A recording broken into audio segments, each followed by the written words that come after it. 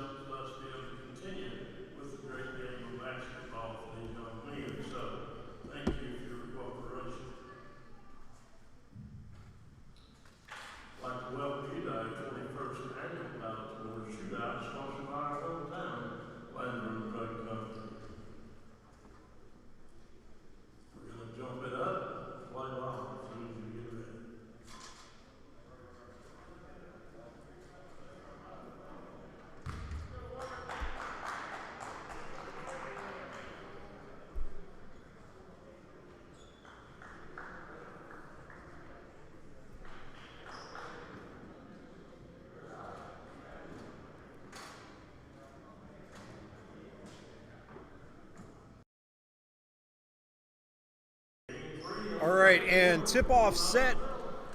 Yep, they're all getting set down there. Now, just a heads up, we do not have any rosters yet for either team. We will be working on that, and hopefully we'll get them up here as soon as humanly possible.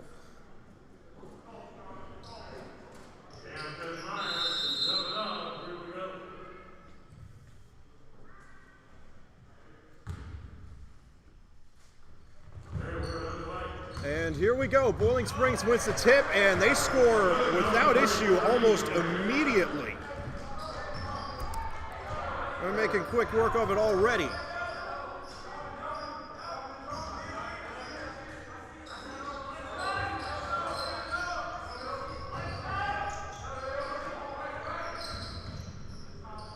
Oh, pardon me, that was Riverside scoring. Boiling Springs in white, Riverside in red. And Boiling Springs looking for an opening. Long three is no good. Hops out of bounds. So Riverside's going to check in from the Boiling Springs end of the court. 7:25 to go in the first period.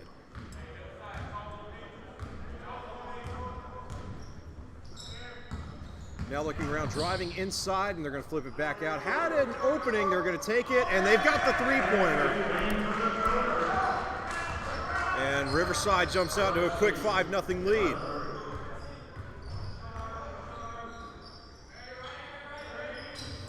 Trying to set up something inside, couldn't quite get it. Still moving around now, going for the three-pointer. This one is off the backboard, rebounded by Boiling Springs and batted away by Riverside, eventually taken away by them. Under 7 minutes in the first period now, and are they going to say he stepped out of bounds? I think they are. And it looks like Riverside will hang on to the ball.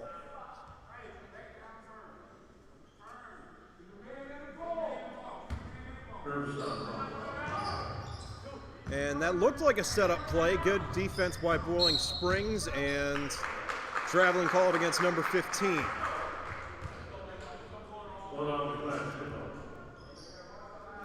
Boiling Springs will get the ball.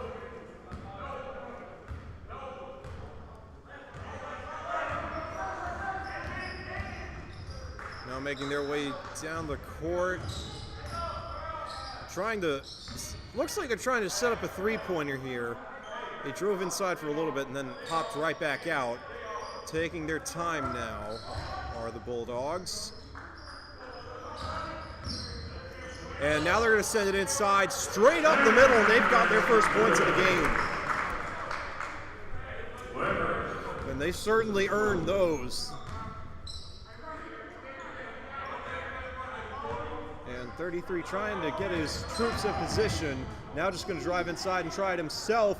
And two shots, both of them miss. Rebounded by Riverside, going for three, and this one is off the rim. And Boiling Springs is able to get it on the third rebound. With a chance to tie the game here. And Boiling Springs thought about going for that long three-pointer. Drove it inside, now flipping it back out. Again, we're going to work on getting some rosters as soon as possible. Forgot to grab those before the game started. Driving inside, no, off the rim, rebounded by Riverside. Now Riverside's going to drive in, and they've got that one back out to a 5-point lead. Number 15 with the score there. Oh, and number 4 almost lost his handle on it. Good job to bring it back in.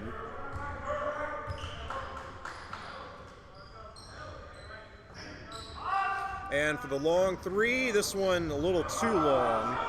Off the backboard and rebounded by Riverside. Now they're going for a bank shot, and this one off the mark, but easily rebounded by number 5 there. And then taken away by number 4, Boiling Springs. Got a clear lane to the goal, and he's got it. 7-4 in favor of Riverside now. Boiling Springs has not led yet. Can it happen here? Shot rebounded by the Bulldogs. Driving inside, no. Taken away by Riverside. Closing in on 4 minutes to go in the first period.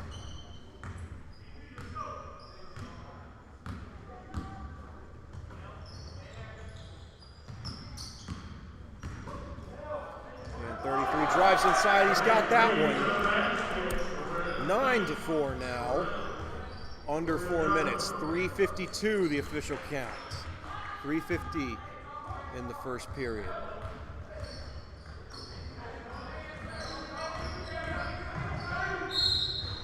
And we'll see who they call this foul against. And that one's going to go against Riverside, so number 3 of the Bulldogs is going to have 2 foul attempts. Number 3, Earls at the line of field. Shot number 1 is good. 9-5 now.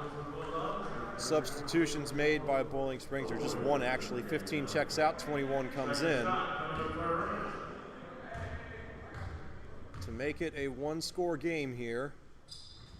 And that one is on the money. 9-6 now in favor of Riverside. Again, Riverside in red, Boiling Springs in white.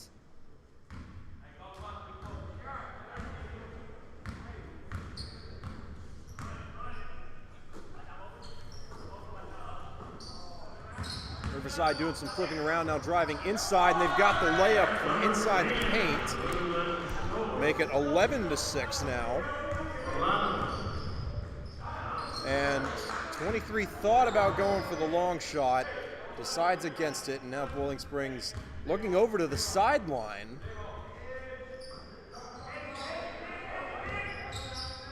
Now sending it inside. 21 almost got fouled. I don't know how he's still on his feet. That was impressive. Now 23 drives inside, sends it back out, and right back to square one.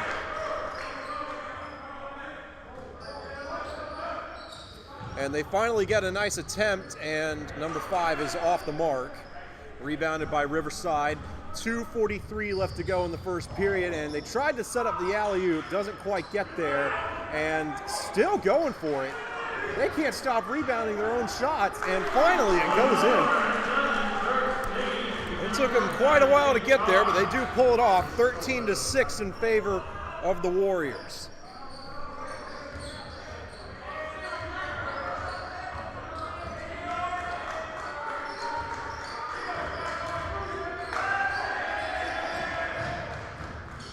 Boiling Springs from inside the paint, no. It was an awkward angle, could not connect. Now Riverside, oh, nice hesitation there by 14, but they're going to get him for traveling.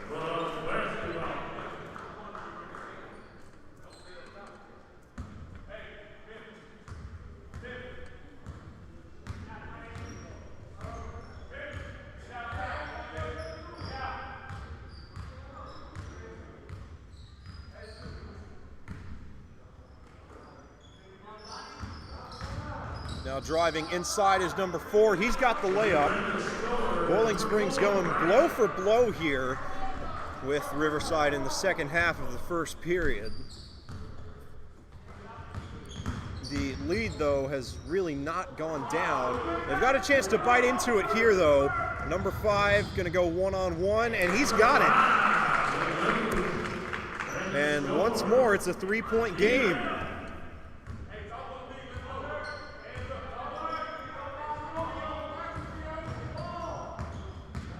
Both teams have been quite content to drive inside. Not a ton of 3-point attempts from either team to this point.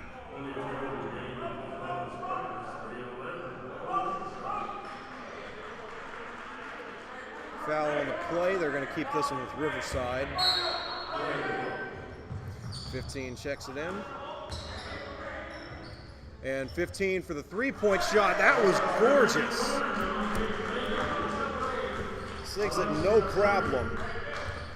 And now Boiling Springs trying to respond. Under a minute to go now. They're going to flip it over to 5. He drives in, and I think he tried to pass it there. Wait, this is loose again. And now 23 for the 3-pointer. Sinks it.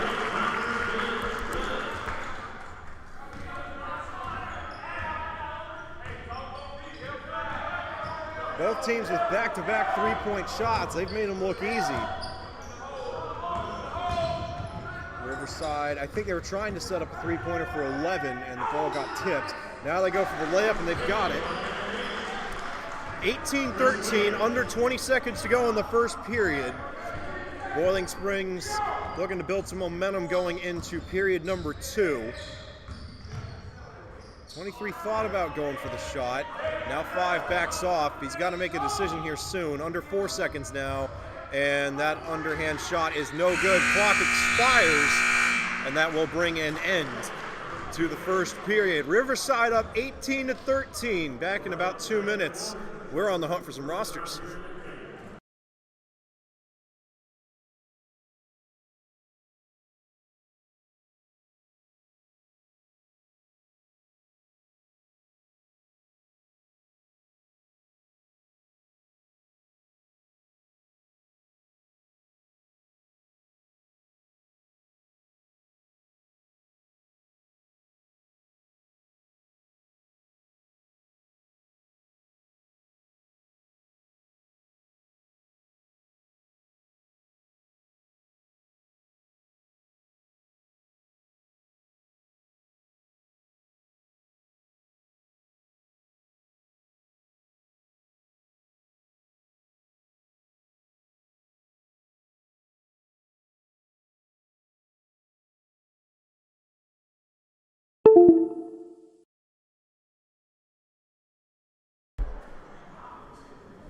All right, and we are ready for the second period here. Cameraman is out and about trying to secure some rosters, so I'll be doing double duty. That's why my voice might be a little quieter than usual. 5 checks in for Boiling Springs now, and they're going to flip it out to 23. He had one good three-pointer before. This one, not so much. Goes actually over the back of the backboard. Ball's out of bounds. Riverside will check in.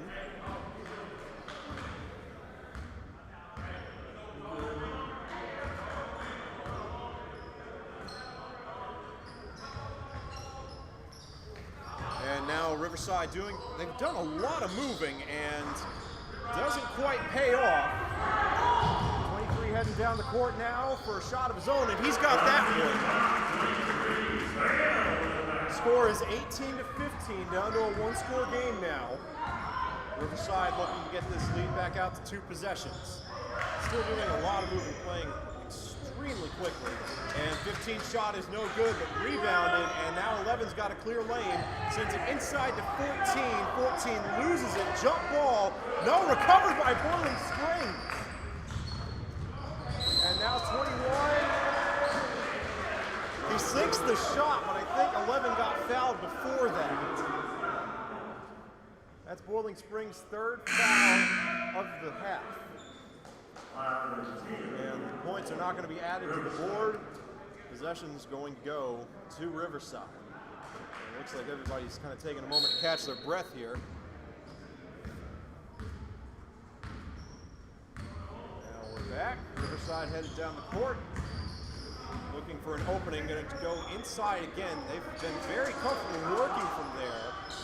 Shot is off the mark, but rebounded. Now 10 driving in, and he's got that one. 20-15 now in favor of Riverside.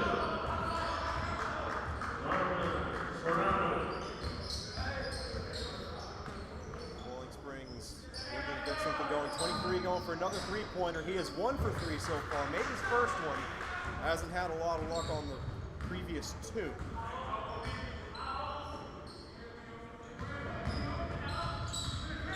And now moving inside, shot is off the mark. Score's gonna, nope, recovered by Riverside. Now they're gonna try it again, it looks like, flipping it over to the outside.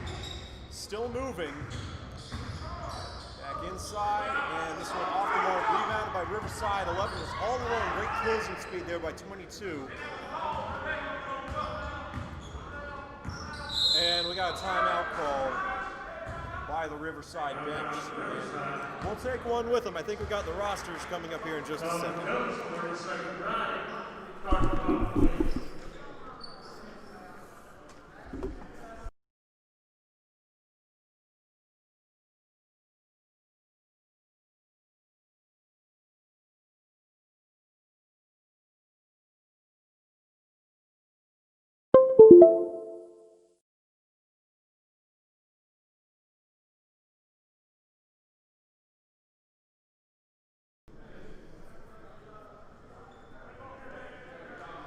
All right, and we finally got a hold of those rosters. I apologize for the delay in that.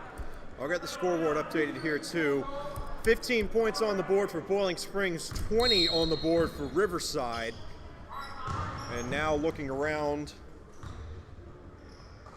this is Cam Hamby flipping it over to number 10, now over to 33.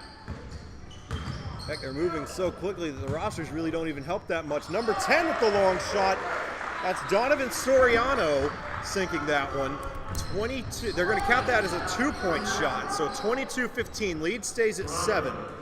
It has not gone higher than that so far. 5.5 minutes to go in the first half. Driving inside are the Bulldogs. Weber with the shot there, number 15, able to sink it. And they actually are going to count that as a 3-point shot for Riverside. They've updated the scoreboard. So 23-17. Oh, and Boiling Springs with takeaway, and it goes right back to Riverside, brought back in by Hamby. And now this is Pharrell Boigano driving inside, and I think they're going to get him with a foul.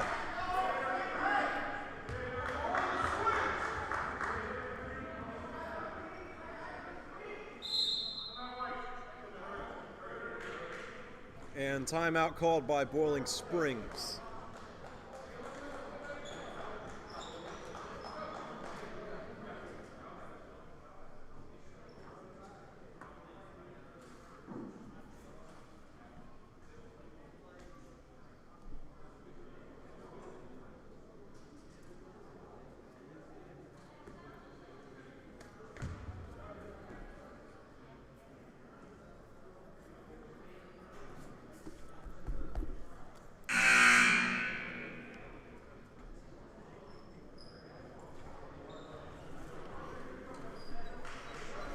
So here we go, Weber to check in for the Bulldogs. We'll flip it over to Johnson.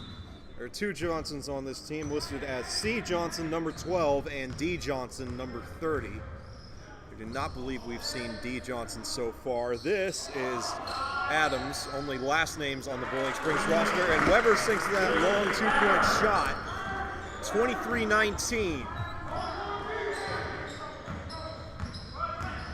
Boigano trying to find something, gets it over to 32, and they're going to call him for traveling. That was Jalen Aturbi. Julian Aturbi, excuse me.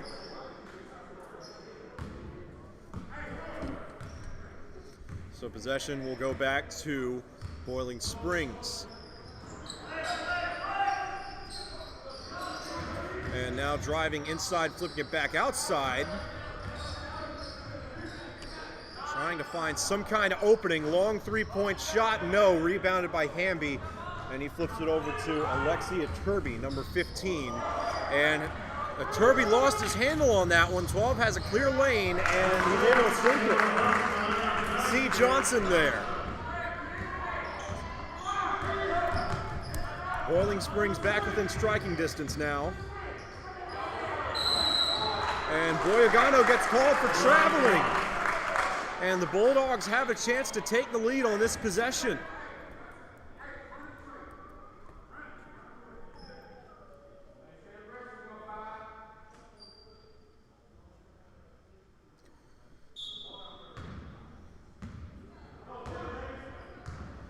And that one gets checked into Johnson. Johnson sends it over to Weber, who sends it over to number 24, back to Johnson for the long 2, and it just rolls off the rim, but it's rebounded by Weber. He misses, and it ends up in the hands of Hamby for Riverside. 3.5 minutes to go in the first half now. Hamby flips it out to Boigano, who gets it to Aturbi, and now Aturbi driving inside, just misses the layup, rebounded by number 5, Jacob Piccone. No, excuse me, Charlie Myers, and Myers is able to sink that one. 25-21 leads back out to 2 possessions for Riverside. Boiling Springs has trailed for the entire game.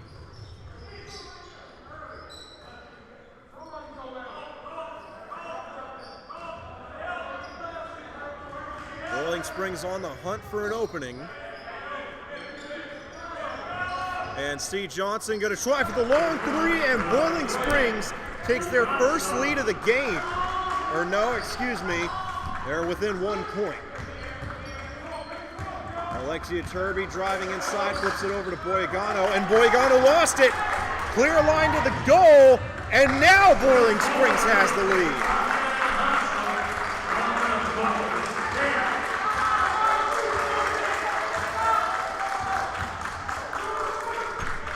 Number 24, I believe, Faley there. And Riverside moving quickly. Beautiful shot from Alexia Turby. Make it 28-26. Riverside back out in front. 2 minutes to go in the first half. Number 3, Earls, getting some signals in from the sideline. Boiling Springs has done that a handful of times so far. And now for another three-point shot, this one off the back of the rim, rebounded by Charlie Myers, and he almost shot it into the wrong goal. He gets it over to Aturby, and now Aturby for another long three, this one no good. Rebounded by Faley, over to Brown. Brown flips it outside to Earls, and now Earls going to take a few steps back and slow things down. 90 seconds to go in the half. Earls trying to make some men miss, gets it over to Brown. Brown drives inside, flips it over to Faley, who flips it back to Earls, and Earls off the mark, rebounded by Boyagano. Now Alexia Turby sending it down the court, and too tall for Charlie Myers.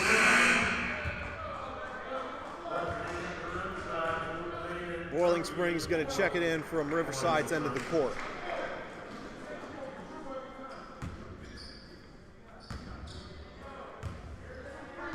Or excuse me, number 24 is not Faley, that's Camp for Boiling Springs. Number 24 is Camp. Again, only last names listed on the roster from Boiling Springs. This is number 14, flipping it back out. Camp's going inside, now back outside to Brown, and Brown was all alone, and it's going to be enough to give Boiling Springs the lead. Under a minute now, closing in on 40 seconds. Charlie Myers flips it back outside to Soriano, and Soriano's shot off the mark. There's a tussle for it, and it's brought back in by Boiling Springs. Earls headed down the court, takes a step back, trying to send it over to 30, and now Brown for the long three. No, rebounded by Charlie Myers. Under 20 seconds now. Riverside looks like they're slowing things down.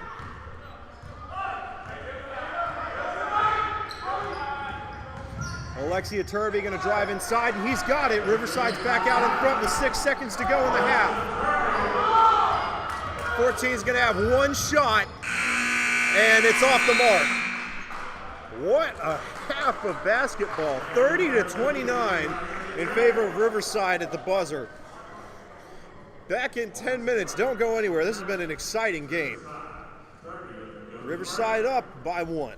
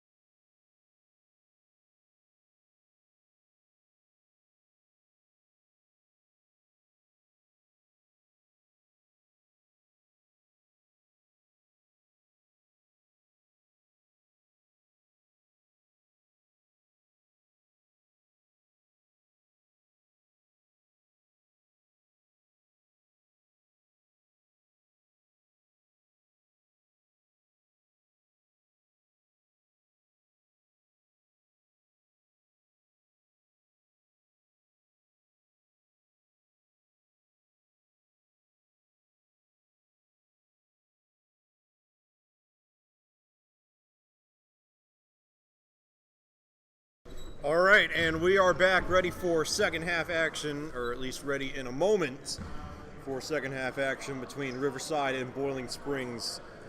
And I mean, to say that these two went back and forth in that opening half would just be an understatement and really discrediting both of them. I mean, they both played their tails off. It was an absolute blast to watch, and hopefully we can get 2 more periods of that same kind of offensive firepower. 30-29 in favor of Riverside. Boiling Springs has only led for maybe a few seconds overall, but they got an opportunity to take the lead here, and they can't capitalize. Brown ended up going out of bounds, attempting the layup there. Boiling Springs will retain possession. This is C. Johnson checking in. We only have last names on the Boiling Springs roster. Full names on Riverside's roster, though, and this is Brown with a long three-point shot to take the lead. And we've got whistles. 7:43 to go in the third. Not sure what the stoppage was for. Boyagano checks it into Alexia Turby. And now Turby flips it out to Soriano. Back to Boyagano, who thought about passing it. Oh no, that was not Boyagano, that was 13. Number 13 is Nick Carr. And got a three-pointer for Riverside. And now the Warriors are back out in front, but we have a foul called against. This is going to go against C. Johnson. So he'll have a chance to put Boiling Springs back out in front.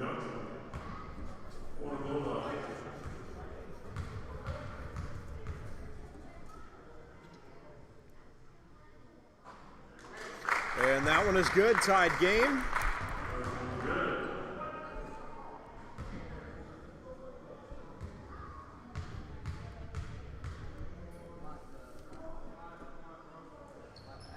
And shot number 2 is good as well.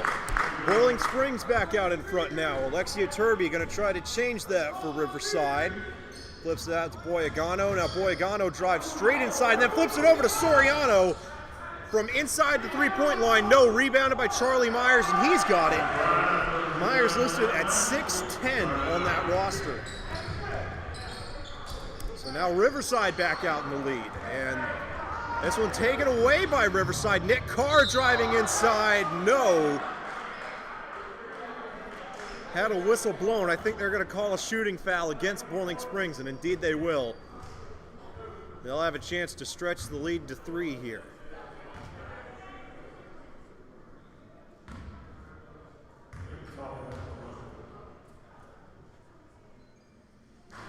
And that shot is off the mark.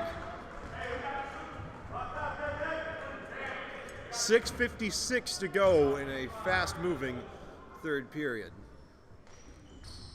Or the clock hasn't been moving quickly, but both these teams have. They've been flying up and down the court. Second free throw attempt is good.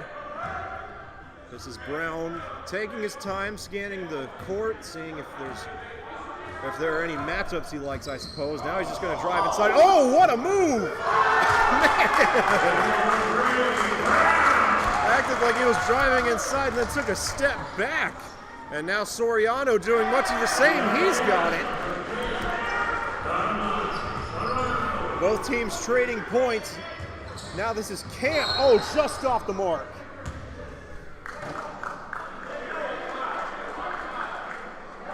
And I think both teams thought the other one was going to have possession there. It's going to go to Boiling Springs. C. Johnson's going to check it in. Trying to find someone, gets it over to Earls, who wanted to go for 3. Now flips it back over to C. Johnson. C. Johnson sends it up. No, and eventually rebounded by Camp, and he ties the game up at 39. This is Alexia Turby getting it over to Boyagano, and Johnson tried for the steal, did not get it. And we've got a foul going against Boiling Springs. Riverside will hang on. Alexia Turby to check in.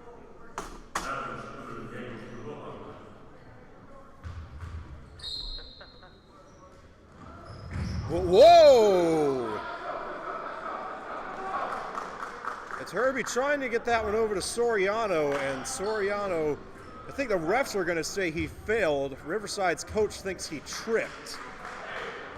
That one goes out of bounds, and it's going to be Boiling Springs ball. Earl's going to take it across half court. Under 6 minutes to go in the third now. This is Weber trying to find an open man. Flips it over to Camp. Back to Earls for three. Bounced around and no good. Rebounded by Boyagano. Alexia Turby driving inside. Whistle's blown. And I think they're going to... Yep, he was fouled, it seems. 15 on the line. 2 shots. Now Alexia Turby to break the tie. Shot number 1 is right on the money. 14 back in the game this week. Substitution for Riverside. Charlie Myers exits the game. He'll be replaced by Chris Williams.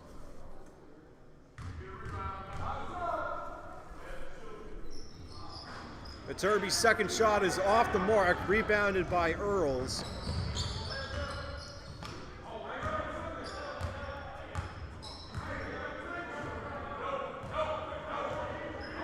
Earls trying to motion some guys around, looking for some kind of opening. Sends it inside with Weber, and Weber's shot is off the mark and rebounded by Riverside. 5 minutes to go in the third period. Soriano driving inside, flips it back over to Boyagano, who gets it back to Soriano. Over to Nick Carr now, and Soriano for the long three. What a shot! He was almost out of bounds on that one. Impressive shot there from Donovan Soriano. 4:40 left in the third now. Boiling Springs drives inside, and Earls ran right into Alexia Turby. And they're going to get, yep, Carr's going to get called for a charging foul.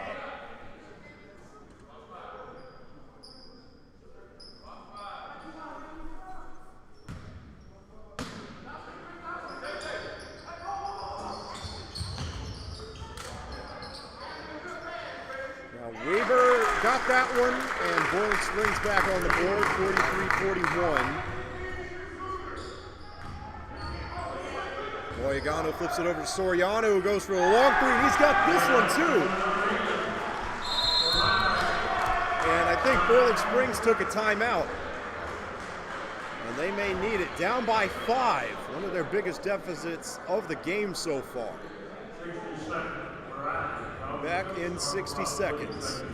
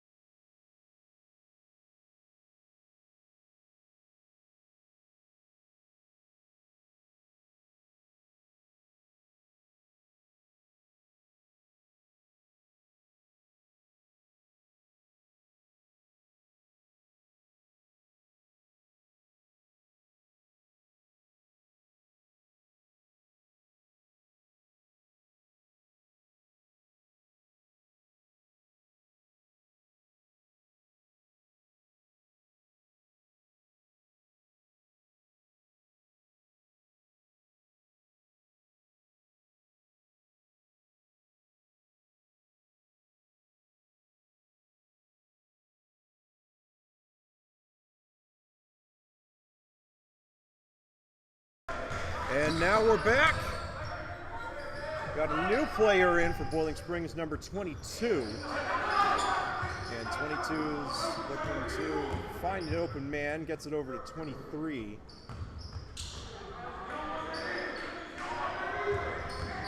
Number 22 is listed as Adams, no 23 on the roster. I'm going to assume that that's Faley. Faley's name is crossed out, or Faley's number is crossed out. He's on the roster, and it looks like Boiling Springs was not able to get anything going there, and Nick Carr wasn't either.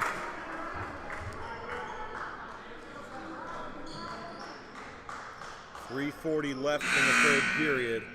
Possession will stay with Riverside. Another substitution. Adams exits the game. He is replaced by number 5, Keenan. And Alexia Turby falls over. There was a scramble for the ball. Riverside somehow hangs on to it. And not for much longer, taken away by Brown.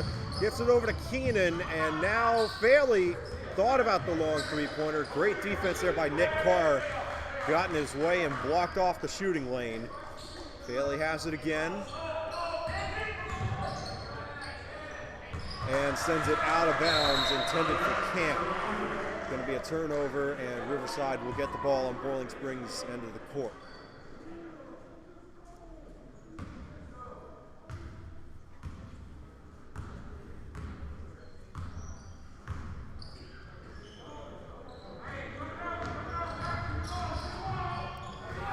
And now Boiling Springs driving inside, trying to get something happening from underneath the goal. Can't do it, and somehow they got it back. And now Boiling Springs has it. Under 3 minutes to play in the third period. Weaver tried to get it inside and could not do it. Ran into a herd of Riverside defenders there. Still 46-41. Both defenses really stepping up to the task now. And Keenan sends it over to Faley, who sends it back to Brown. Brown back to Faley for the long three. Oh, and it rolls out of the rim. It was in there. And then bounces out. Alexia Turby now for Riverside driving in. And he makes the shot and was fouled. The Warriors are going to have a chance to notch on even more points. 48-41, and Turby can make it 49.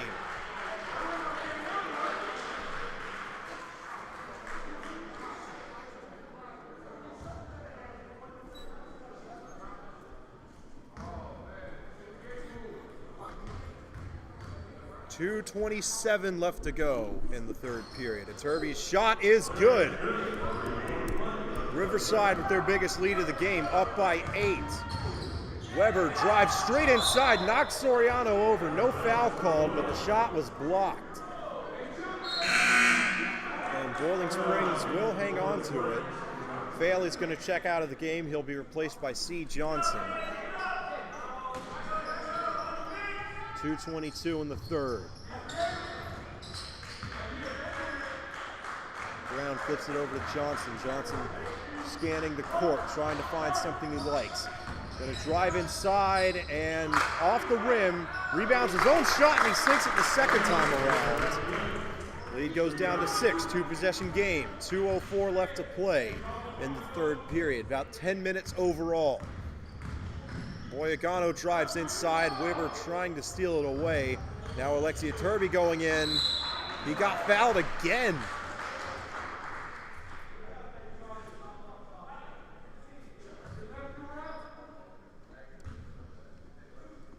Did not make the shot that time around, but he can get Riverside up over 50.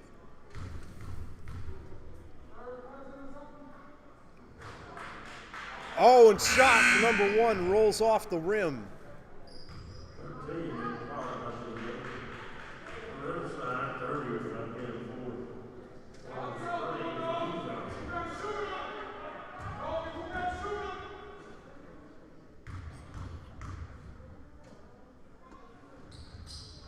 Shot number 2 is on the money, though. Riverside cracks 50, up by 7. It's a 3-possession game now. C. Johnson looking for an open man, flips it over to Brown, who just shoots it himself, almost had it, had the accuracy but not the distance. Rebounded by number 3. That's Cam Hamby for Riverside. Now Alexia Turby driving in. That's the 3rd time he's done that and the 3rd time he's been fouled. Boiling Springs just cannot keep their hands off of any shooters that go inside the paint.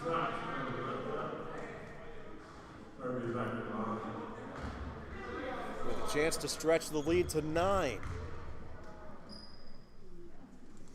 The Turbies 3 for 4 on free throws, make it 4 for 5 in this half.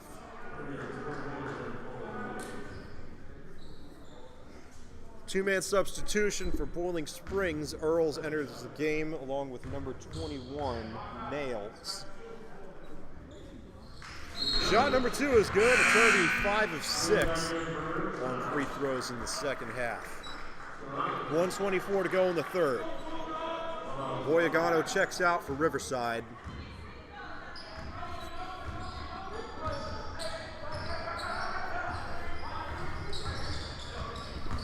Johnson just driving straight inside, gets it over to Earls and whistles.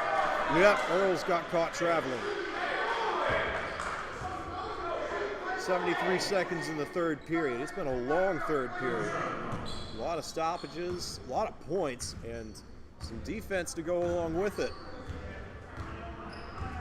A lot of fouls mostly. Now it's Herbie. This one is Cam Hamby going for the long three-pointer. He can't get it. And it's eventually brought back in. Oh, and no, I thought it was stolen away. I don't know why. They got it to Alexi Turby. He shoots, misses again, but he was fouled. That's the 4th time he's been fouled from inside the paint.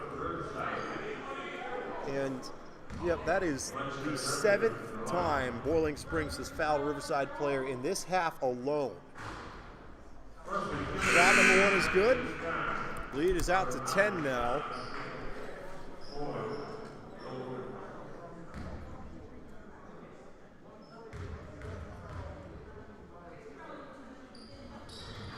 Shot number 2 is good as well. It's Herbie 7 of 8 on free throws in this half. 56.7 seconds left in the third period.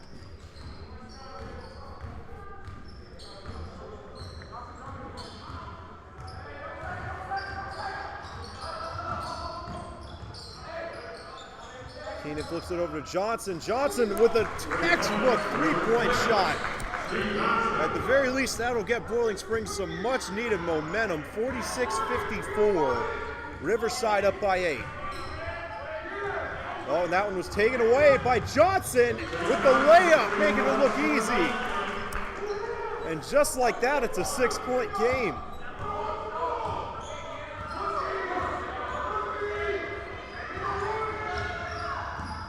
Driving inside is number 11 for Riverside. That is Preston Laycock. Able to sink the layup. 8-point game now. This will be the last shot of the period. Johnson just heaves it up, can't connect. And that will be the end of the third. Riverside building on their lead. They led by 1 at the half, now up by 8. Does Boiling Springs have a comeback in them? We'll find out back in 2 minutes.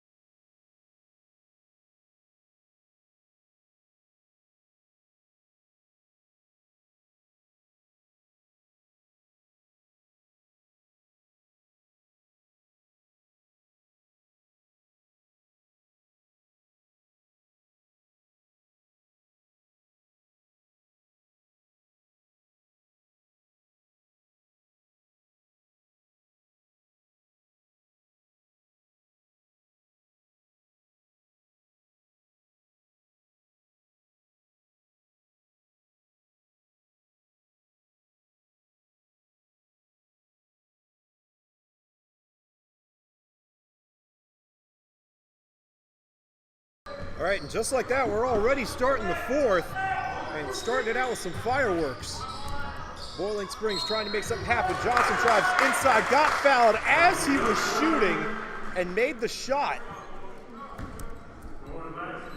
to pull Boiling Springs within 5.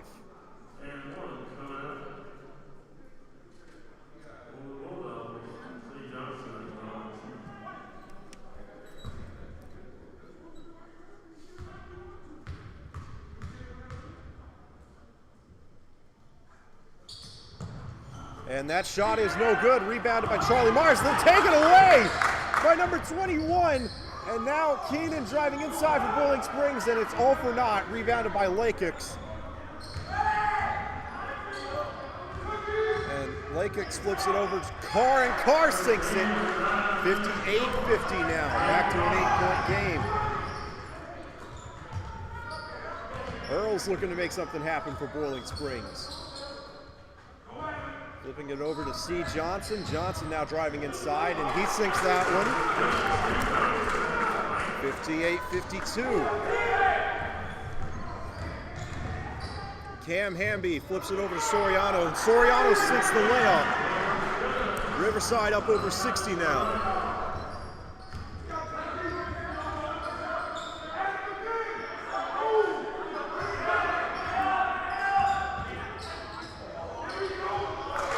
And C. Johnson with the step back, able to sink that one. Now these teams just going back and forth. Oh, and this one taken away by Boiling Springs. Making his way down the court is Keenan, and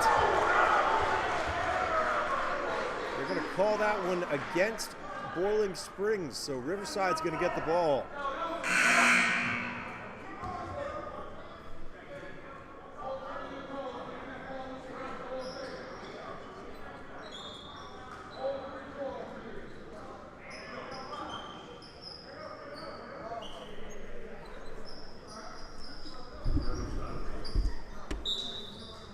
I'll go around next time. No problem, Coach. That was the man himself, Mike Gentry, the athletic director here at Landrum High School. I'd like to thank him for making all this possible. Until then, Boyagano driving inside, taken away by Boiling Springs, but whistle's blown.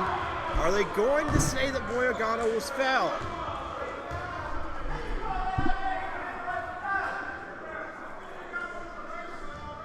And they are. This could be a major turning point for Boiling Springs if he makes these. It'd go right back out to an 8-point lead, but it'd take away a lot of the momentum they've built up so far. That's Boiling Springs' 9th foul.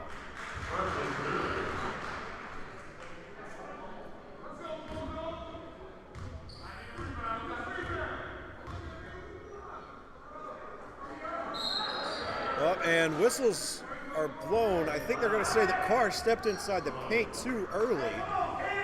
So only 1 point notched on there by Boyagano. It's a 7-point game. Still a 3-possession lead for Riverside. But Boiling Springs has been going blow for blow with them so far. Driving inside is Camp, now flipping it back to the outside to Johnson, and this one goes off the outside of the rim, rebounded by Soriano of Riverside. Now making their way down the court. Carr looking for an opening. Gonna try to do it himself. Hesitates, got it. 9-point lead for Riverside. Earls has that one taken away. Soriano with a clear lane. Riverside out by double digits now. 65-54, timeout taken by Boiling Springs.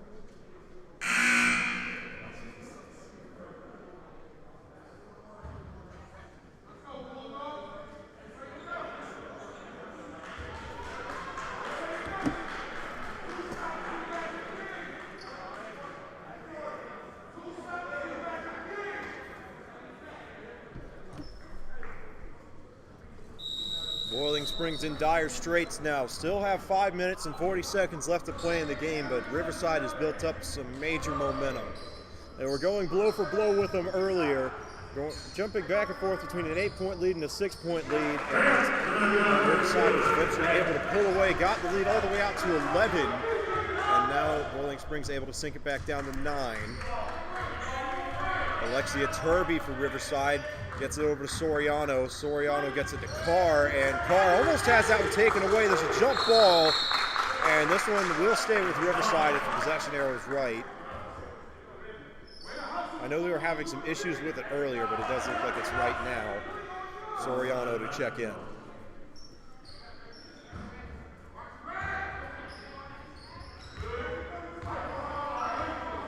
Alexia Turby gets it over to Soriano again. He's been on fire with the three-pointers, but now Carr had a chance. Instead goes inside and sinks it. 67-56. C. Johnson with a long three-point shot. Nope. Rebounded by Riverside. Boyagano looking for an opening. And he flips it over to a Turby for three. Rebounded by Riverside. Shot was no good. Boyagano got to get out of trouble. Sends it over to Carr. Carr gets it to a Turby. Turby gets the block, sends it inside to Myers, and Myers almost lost it. And I don't know how Riverside keeps getting these things back. This is impressive. And then finally, Boiling Springs able to take it away. Brown going to the goal, and he's got the layup.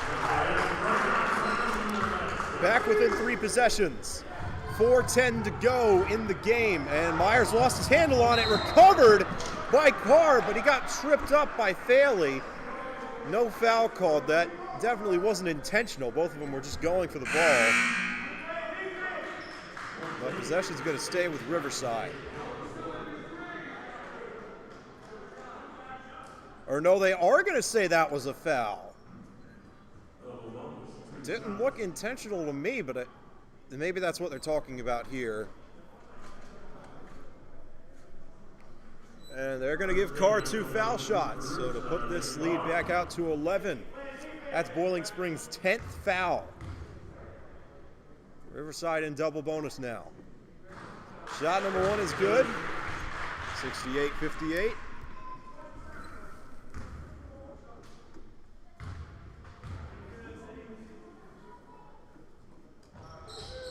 (69-58), back out to an 11-point lead.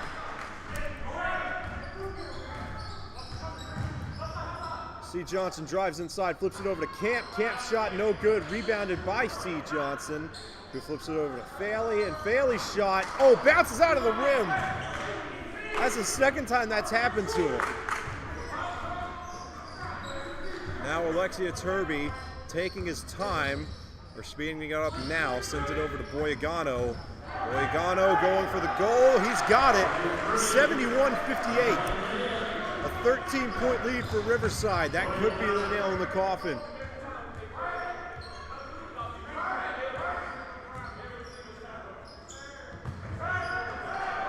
Brown looking for some kind of opening. C. Johnson for the three-pointer. Got it! Had a couple of players shaken up there. Looks like they're all okay. 3:15 to play in the game. Boiling Springs down by 10.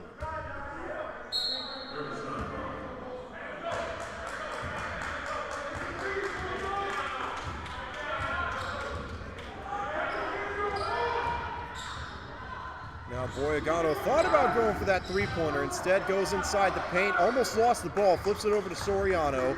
Soriano with the behind-the-back dribble and eventually loses his handle on it.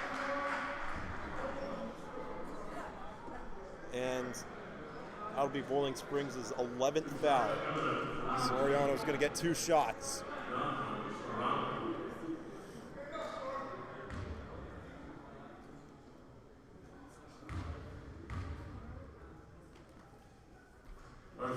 Shot number 1 is good.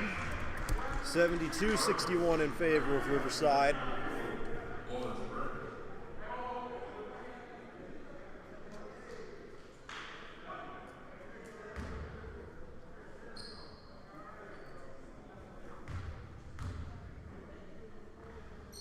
Shot number 2 is on the money as well. 12-point game, 73-61. Riverside leading. And a little underhand shot there from C. Johnson, enough to get it back within 10. 2 minutes and 40 seconds to go. Boyagano driving inside, and he got fouled. 2 shots coming up for Riverside. Foul number 12 for Boiling Springs.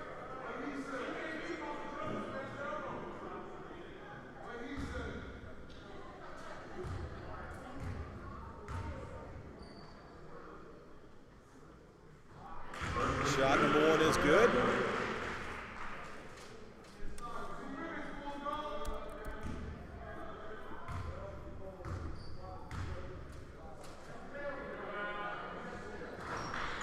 As is shot number 2, back out to a 12-point lead.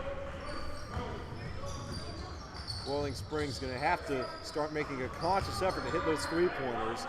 Earl's shot comes up short, rebounded by Carr. Carr flips it over to Boyagano. Boyagano from inside the paint, he's got that one, 77-63, biggest lead of the game for Riverside. Up by 14, 2:15 left to go in the game. And Brown drives inside, but he got fouled.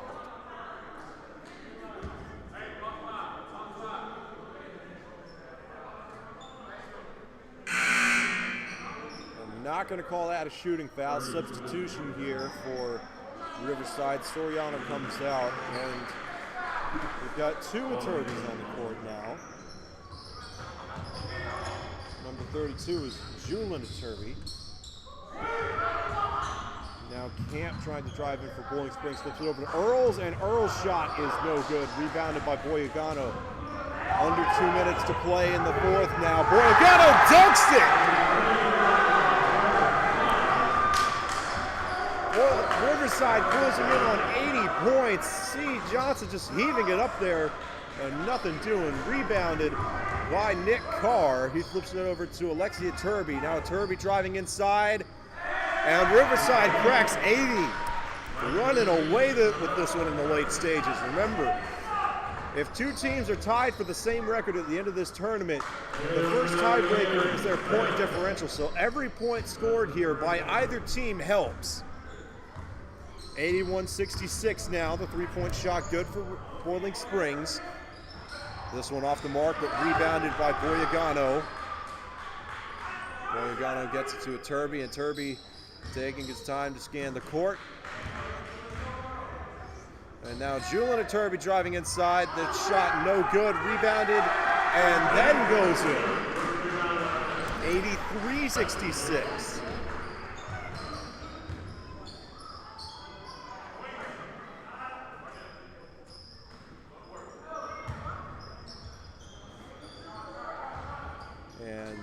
And another huge 3-point shot from C. Johnson. He has been nailing those, but it looks like it's going to be too little too late. I think we've got a timeout taken, but with 35 seconds and a 14-point deficit to overcome, I think this one might be out of reach. But again, it's only day 1 of the tournament. Every team both has 2 games left.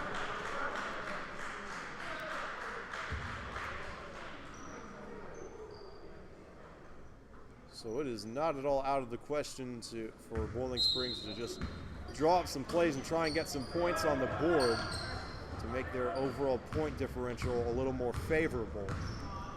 Under 30 seconds to go, Julian Aturbi driving inside, second stringers in for Riverside. 31 sends it up, he's got it, 85 points on the board for Riverside.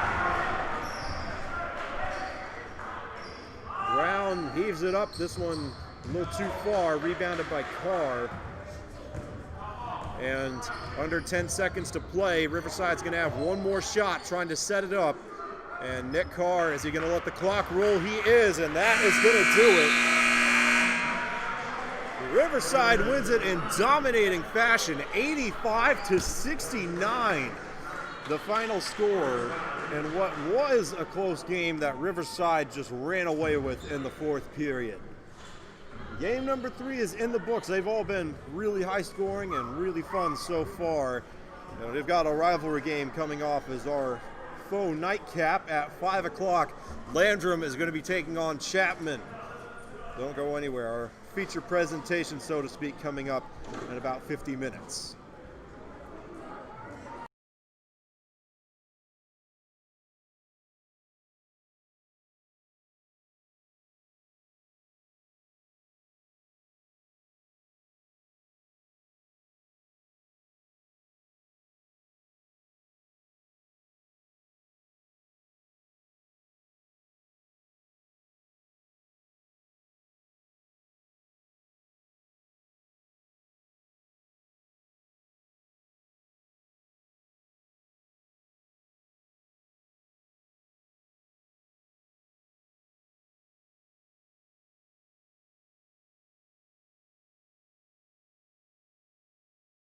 Oh, got a correction. Landrum and Chapman is going to be at 5:30, not 5. 5:30, 80 minutes till tip-off.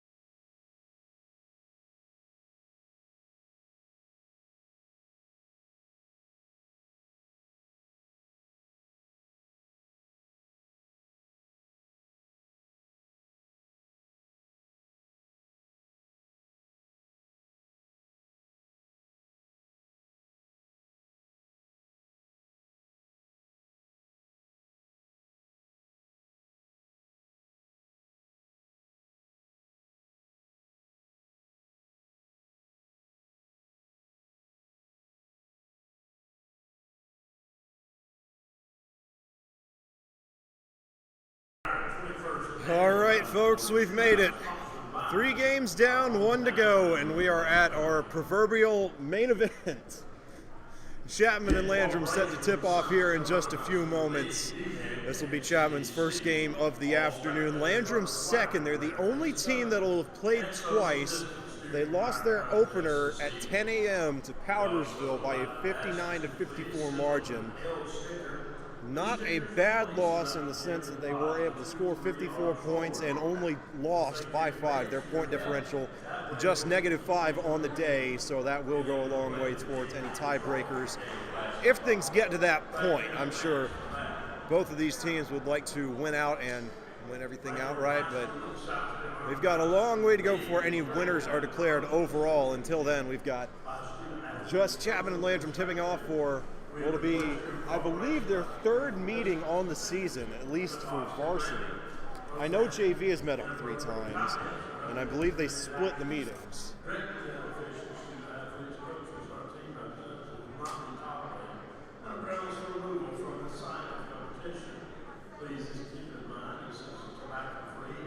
Interesting. It says that Landrum varsity actually has not played Chapman at all. Yeah. This is the first time the varsity teams will have met. JV, again, has played each other 3 separate times this year. But this will be the first meeting between the varsity teams. Should be a fun one. I think we're going to get team introductions here in a few moments, and then we'll flip it over to tip-off. First, for Chapman. Panther, and guard number 3, Colby Garner. And guard number 4, Banks Acton. And guard number 20, Gavin Humphrey.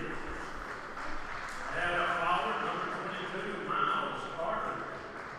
And center, number 33, Thomas Mathis.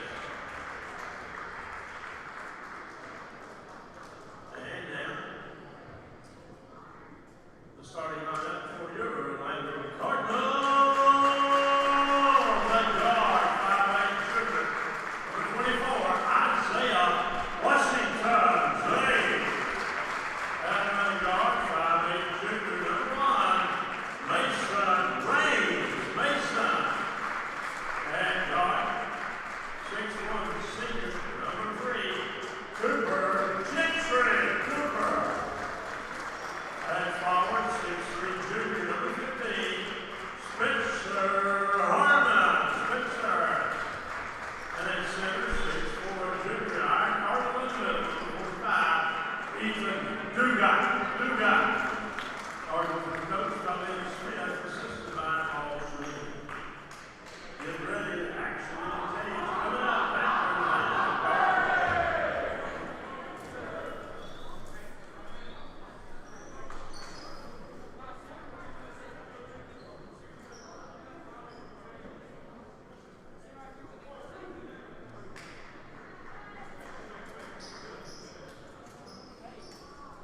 All right, we are set for tip-off. Looks like it's going to be Spencer Harmon for Landrum going up against Thomas Mathis for Chapman.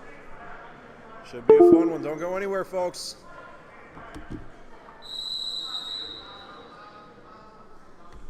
And Harmon wins the tip-off against the 6'6" Mathis. And Isaiah Washington gets it over to Mason Raines, who's going for 3 early and can't connect. Rebounded by Harmon. And now Gentry for 3. He can't get it. And there was a jump ball.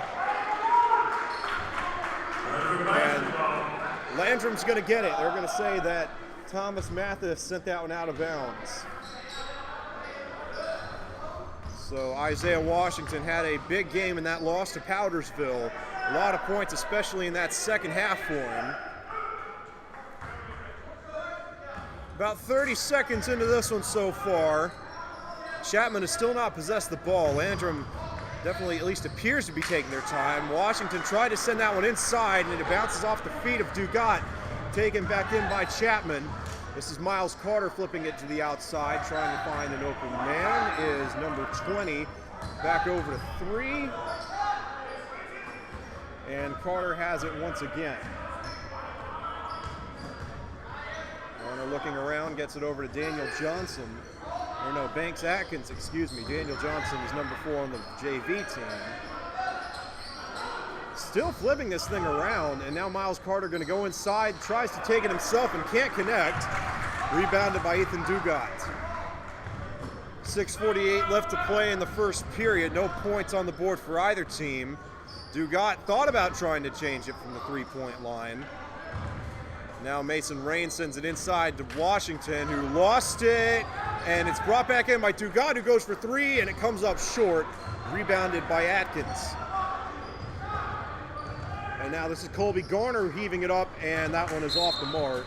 Going to be late, and they're going to say Chapman ball.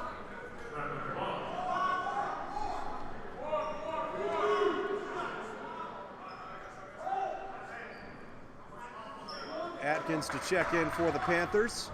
Gets it over to Mathis, who flips it to Garner. Now back to Atkins, who wants to go inside and can't connect. Rebounded by the Cardinals. Harmon gets it over to Mason Rains. And now Rains sends it to Dugat, who goes for the 3, and he's got it. Now he was right on the line. We'll see how they count this, and they're going to call it a 3-point shot. So Landrum takes the early lead. I don't know if I should say early. First points of the game come 2 minutes into the first period. Might be looking at a low-scoring affair here. Atkins gets it over to Miles Carter, who sends it to Thomas Mathis. Back over to Carter. Now to 20, and that one is off the mark. Shot by Gavin Humphreys, the senior. Rebounded by Mason Rains, who's driving inside, goes for it, and off the mark, rebounded by Mathis. Mathis flips it down to Humphreys. Humphreys gets it to Atkins, who had a shot at the free throw line and then sends it to the outside. Colby Garner looking for an open man. Now Chapman moving backwards. Atkins going to drive inside. Tries to shoot from the paint. Gets it over to Mathis. Nice pass there. And Chapman gets on the board. 3-2 in favor of the Cardinals. Isaiah Washington going right for the 3-pointer, just off the mark. A little bit short. It had the accuracy. Rebounded by Miles Carter. Carter gets it to Atkins, who gets it to Humphreys. Back to Atkins. Thought about going for 3. Now goes inside against Dugat and sinks it. Chapman takes their first lead of the game. 4:34 left to go in the first. Dugat taking it down the court. Thought about going for 3, or at least thought about passing it over to Gentry. Gentry's still kind of on an island over there. Instead, Isaiah Washington drives inside and he sinks it. Landrum back out in front now. Almost taken away there by Spencer Harmon. Instead, Atkins gets it out of the corner over to Humphreys or no, this is Humphreys. Garner passed it to him, and Humphreys has a nice 3-pointer. Chapman with the lead now. No team has gotten a 2-possession lead yet. Washington sends it over to Gentry, and Gentry's shot is good. Both offenses starting to find their rhythm here. 15 combined points in the past 2 minutes or so. Atkins breaking that streak, passes off the mark, eventually rebounded by Landrum. Mason Rain's going to take it down the court. 3.5 minutes to go in period number 1. Dugat wanted to go for 3, sends it inside to Washington, and that one bounces off the rim. Recovered by Banks Atkins. Atkins flips it over to Garner, and Garner's shot is off the mark. Rebounded by Humphreys and then blocked. Brought back in by Mathis. Mathis can't get it, and it is eventually brought in by Cooper Gentry of the Cardinals. Isaiah Washington going for 3, just off the mark, and that one heads out of bounds. They're going to say Landrum ball.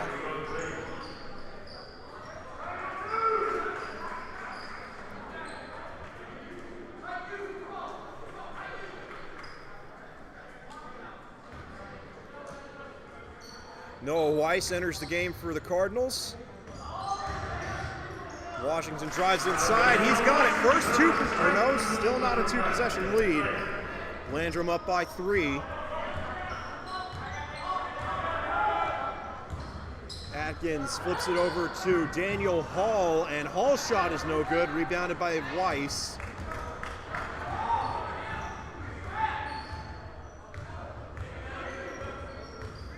Washington trying to beat that block. Does it, sends it inside to Dugat. And Dugat sinks it. Now Landrum up by 2 possessions. 12-7. It's a 5-point lead for the Cardinals. Tegan Ray has entered the game for the Panthers, along with 2 other players, number 11 Tim McClurkin and number 23 Tavion Counts in as well. Banks Atkins, the only starter still in the game for Chapman. And McClurkin going to try to do it himself, and that shot was tipped. Looked like Counts had a chance at it, but it rolls out of bounds. Isaiah Washington will check in for the Cardinals.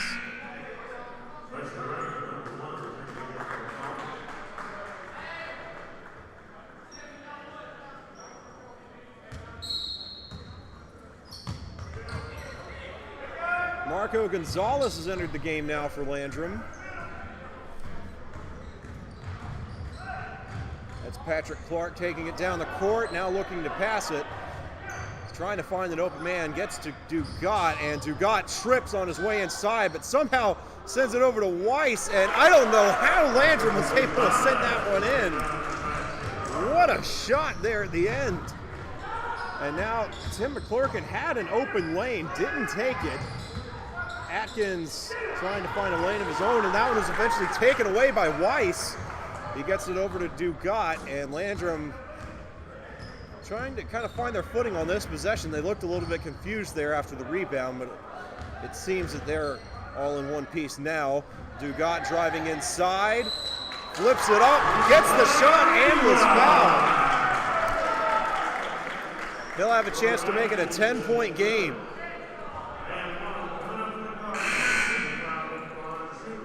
Landrum on quite a run here.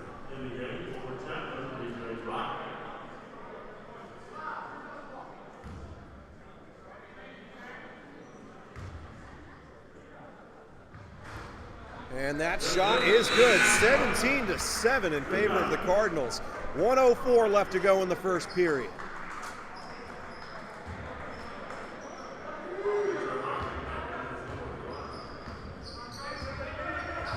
Atkins cuts inside, now flips it back out to Daniel Hall. Hall almost had that one taken away, and they're going to call the first foul of the game against Landrum.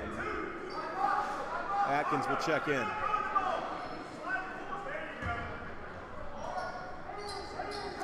Atkins flips it over to Tegan Ray, now back to Atkins. 50 seconds to go in the first period. Atkins backing away. And makes Mason Raines miss, but had that shot tipped. Recovered by Patrick Clark. And Clark gets it over to Gonzalez. Gonzalez drives inside and rolls off the rim. It looked like it was headed in for a second, and the clock should have stopped. Yeah, should have stopped at around 32 seconds. I don't know if they're going to reset it. In the past, they have not. In the meantime, they are going to say that Gonzalez was fouled. They'll have a chance to stretch the lead to 12, and now the official's over there at the desk trying to get this time situation sorted out. He's just out of frame. It looked to me like there were about 32 seconds on the clock when the whistles blew. The referees would know better than me, and they're going to set it to 32.6.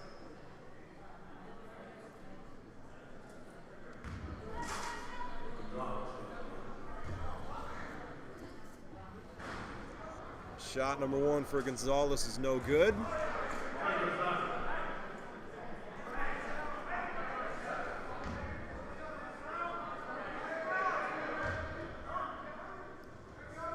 Shot number 2 is good. And Landrum jumps out to an 11-point lead. 32.6 seconds left, and we got more whistles.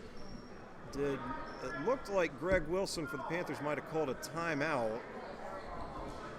No, this might be like an official's break. I think they're trying to get something sorted out. It looked to me like they were ready to go, but now McClurkin's checked it in. Under 30 seconds left in the first period. Banks Atkins trying to find an open lane. Might have one in Hall. Nope, that closes off quickly. Now McClurkin going to do it himself, and that pass was tipped. They're going to flip it outside to Tegan Ray for a long three. What a shot! Wow! That was gorgeous from way downtown. Now Marco Gonzalez just trying to get a shot in before the buzzer. Oh my! Patrick Clark cancels it out.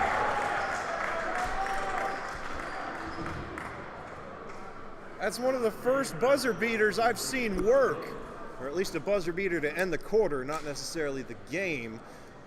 And just like that, Tegan Ray's long three-pointers essentially wiped off the board. Landrum goes into the break still up by 11, 21-10 the score as we enter the second period. Back in a moment.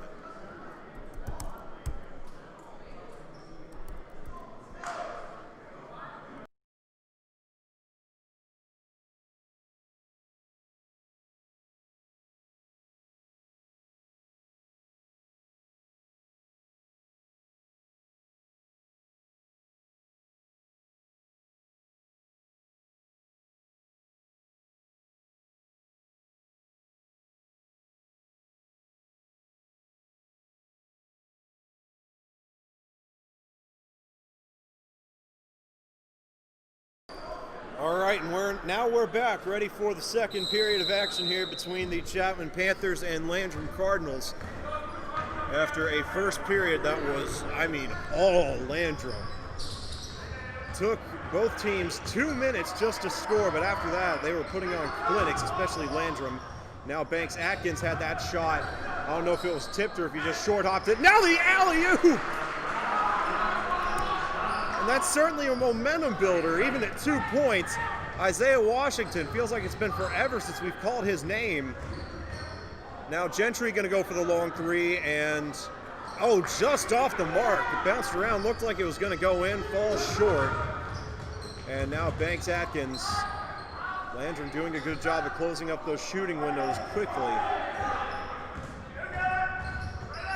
Miles Carter for the layup, no.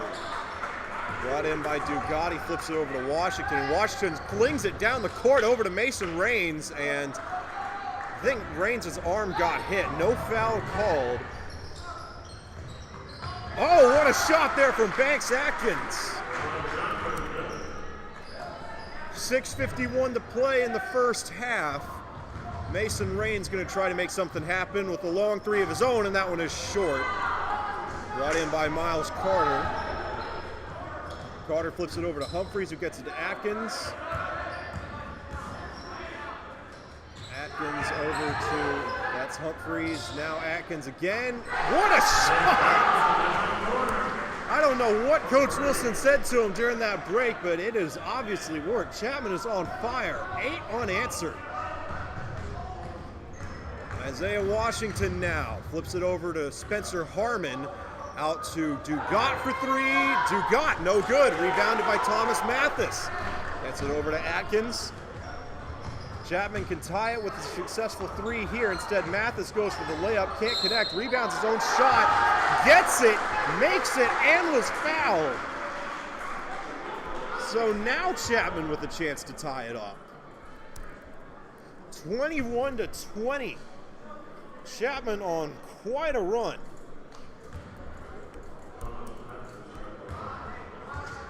10 unanswered for the Panthers in 2 minutes. Make it 11 unanswered. 21-21. All knotted up here.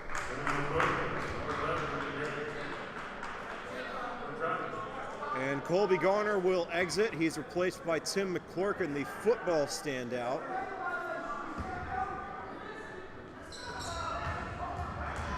And Washington checks it into Mason Raines. Now Raines looking to pass. He thought about going for that three-pointer for a second. Instead, he gets it to Gentry, and Gentry just a bit short on that one. Rebounded by Mathis, who got it to Atkins. Now Atkins flips it over to McClurkin to Carter. Now Carter sends it to Thomas Mathis, and Thomas Mathis gives Chapman the lead.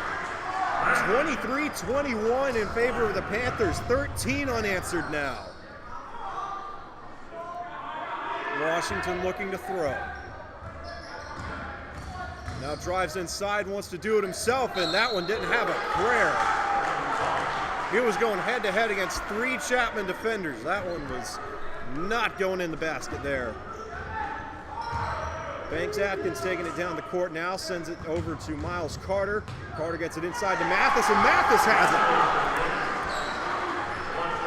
it. 15 in a row for the Panthers.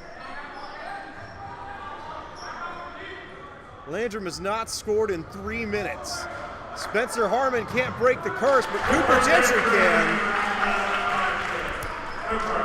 With the rebound and the layup there, lead goes down to 2 and right back to 4. Chapman has found something they like in Thomas Mathis from inside the paint. 3 straight layups for him, and that one goes off the shoe of Isaiah Washington. It'll be Panther ball. 4:37 left to go in the second period.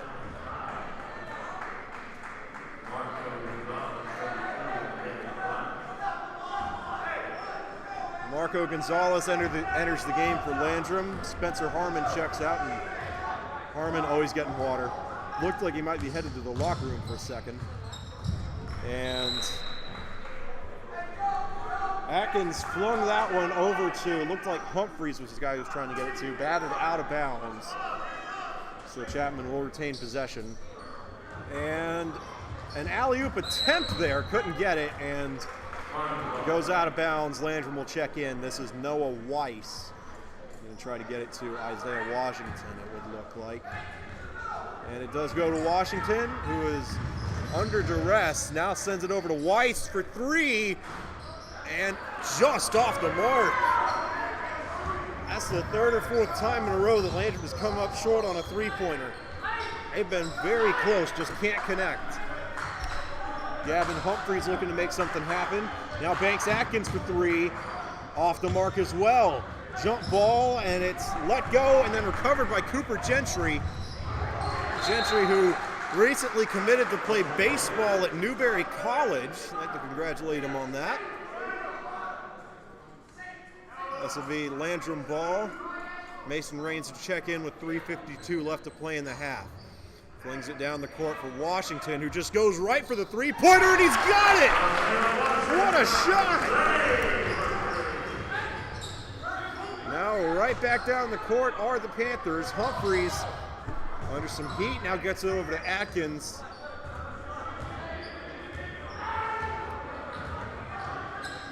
Atkins sends it to Humphreys, who's on the other side of the court, and couldn't connect. Back to Atkins. He's going to go for the 3 himself, and he's got it! Neither team giving an inch. Washington checks into Raines. Raines gets it back over to Washington.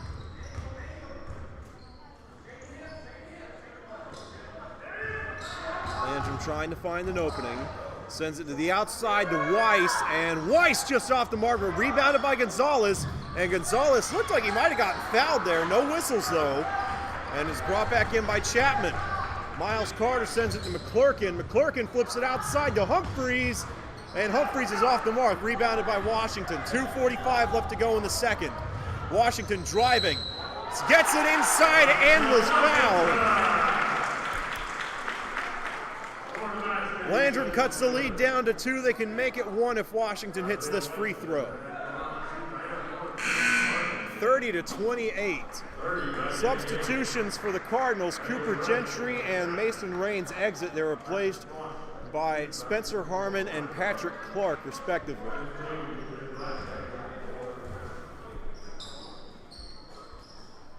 And that shot is perfect. 30-29, Landrum right back in this one after giving up 15 unanswered earlier in this period.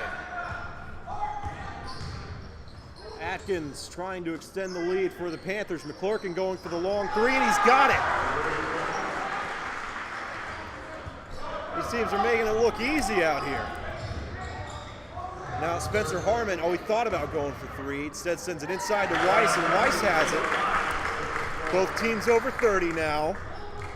33-31 in favor of the Panthers.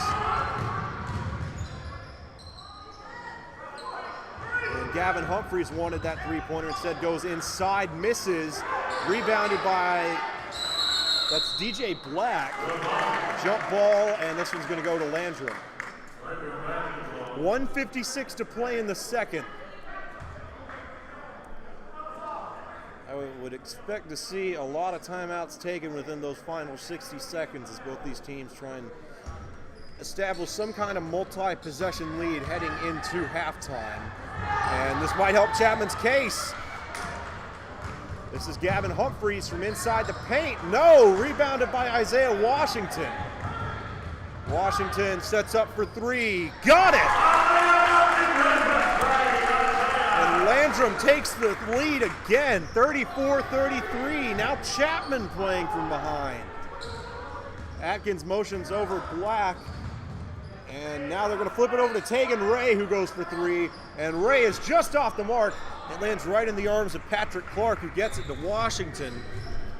Washington sends it to Gonzalez, who drives inside. And nice throw from Gonzalez. 36-33 now.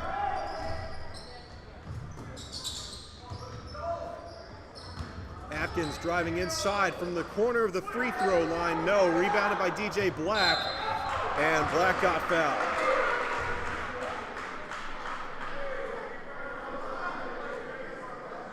.2 seconds to go in the half. DJ Black, 15 at the line, 2 for Randall.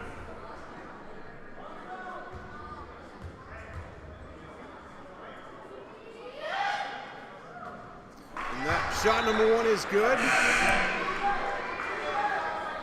DJ Black can get the lead down to one if he's able to make this one. More substitutions for Chapman. Coleman Gray enters, or Camden Southern, excuse me, enters the game for Chapman.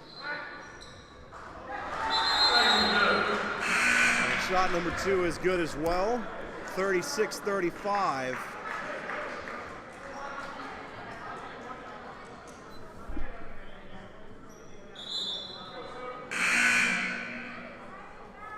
Substitution for Landrum. Jake Ballou enters the game in relief of Patrick Clark. Washington slings it down the court for Weiss. And Weiss stops in his tracks, gets it back to Washington, who goes for three, and that one bounces off the rim. Had the distance, just a little off to the right. Atkins flips it outside to Gray, and that one goes out of bounds. Camden Southern. I don't know where I'm getting Coleman Gray. Must be one of the JV players. Coleman Gray. Where have I heard that name? In the meantime, Miles Carter flips it back over to Atkins, who sidesteps, goes for three, just off the mark. Almost had it. Would have been a beautiful shot. Rebounded by Mason Raines. He flips it over to Washington, who drives inside, and he got fouled. 24.5 seconds to go in the second period.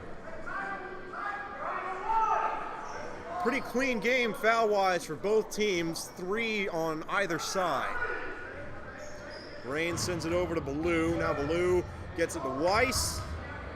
Weiss gets it to Washington. Washington going for the three, just off the mark, and he rebounds his own shot off the backboard, and I think he got fouled. 2 fouls in a row against Washington. This one deemed a shooting foul. Landrum with the chance to extend the lead out to 3. He's been good on free throws so far. 13.9 seconds left to play in the second period. First shot is good. 37-35 Landrum. 38-35 Landrum. Miles Carter will check in for the Panthers.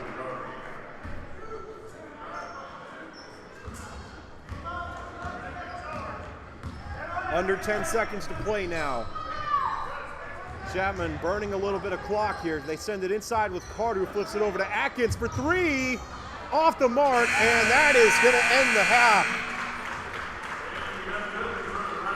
And Landrum is going to go into the locker room up by 3 over the rival Chapman Panthers. 38-35 the score back in 10 minutes. Don't go anywhere. This is going to be a good one.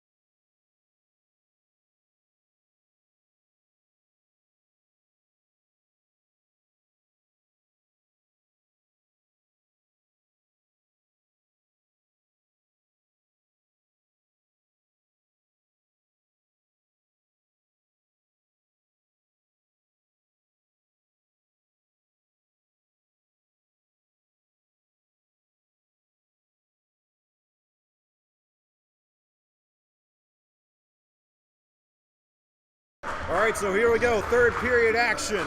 Chapman looking to start off strong. Both teams certainly had a strong second period.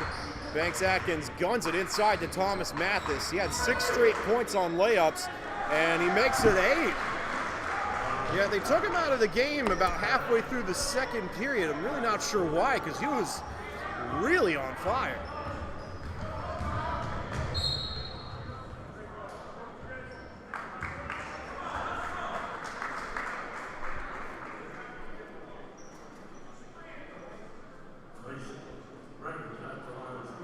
And Mason Raines got fouled there with 7:27 left to go. 33 seconds elapsed. Oh, he's not going to notch it there. I was going to say that Landrum has a chance to notch their first points of the second period. Let's see if Raines can get it here. This one is good. Lead stays at 2. And, man, Chapman is moving fast now. Thomas Mathis with 2 more points for the Panthers. All knotted up at 39 now. Raines gets it and then flips it over to Washington. Now back to Raines, and he thought about going to Washington. Now sends it up for that Spencer Harmon, able to put it in from inside the paint. Atkins flips it out to Carter. Carter had an open lane, but instead it's going to be Garner going for the three-pointer, and he's got it. And then now all of a sudden Chapman has a 1-point lead. Cooper Gentry sends it down the court to Spencer Harmon. Now back to Gentry, driving inside, flips it over to Washington, now to Raines. And Raines a little too high on that one. Rebounded by Garner, he flips it over to Atkins. 6.5 minutes to go in the third period. Gavin Humphreys gets it to Garner, to Atkins, to Carter. And Carter drives inside, now back to Atkins, he's all alone and misses. Rebounded by Spencer Harmon. The commentator's curse strikes there, I suppose. Maybe he thought about it a little too much, I'm not sure. And Ethan Dugat can't connect there from just outside the free throw line. This is going to be Gavin Humphreys, nope, Atkins, now to Carter, now to Garner. And Garner's shot is no good, rebounded by Cooper Gentry. And Washington tries to send it inside the Raines, and kind of an odd shot there from Raines. He fell over at the end, but he's up and ready. Got fouled on that one, so we'll have a chance to give Landrum the lead again. 5:49 to play in the third.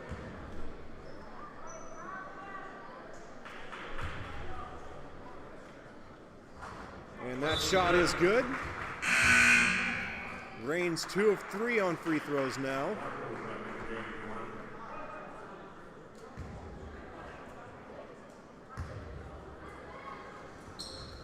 Make it 3 of 4.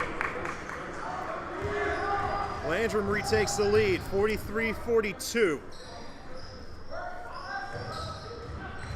Colby Garner flips it to the outside. This is Miles Carter driving in now.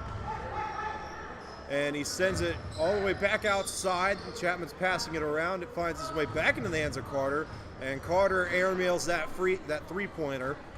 Rebounded by Dugat. He passes it to Washington. Now Washington sends it over to Raines, and it goes out of bounds. Chapman ball.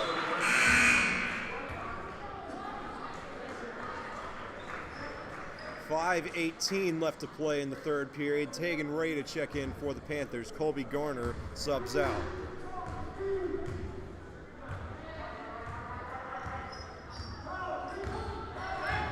Banks-Atkins gets it over to Carter. Now Carter driving inside, and nice dodge there. Got out of Dugat's way while airborne and gives Chapman the lead. Well-earned 2 points there. Raines sends it inside to Harmon. Harmon might have had a layup, but he dropped it. Now Washington for a three-pointer, just off the mark. Bounces up, rebounded by Thomas Mathis, but he stepped out of bounds after he caught it.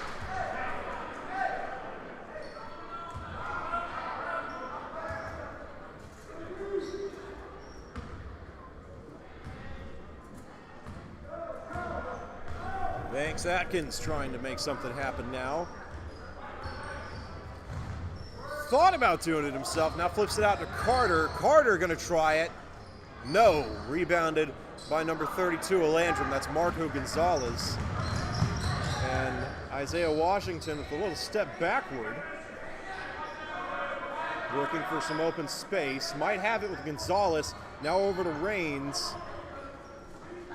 Back to Washington to do Gott. No look pass over to Raines. And Raines can't connect. Rebounded by Spencer Harmon. And now Isaiah Washington gets it back over to Harmon from the bank and just off the mark. It was in the rim and then bounced out. Landrum still hanging on to that 1-point lead. Miles Carter gets it over to Gavin Humphreys, who drives inside, sends it to Mathis, and that shot was blocked, but Mathis was fouled.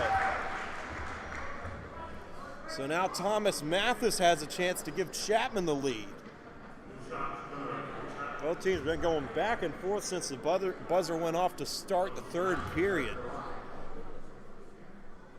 3:53 left to go in period number 3. And Mathis's first shot is good, ties it at 44. He's got a chance to get it to 45.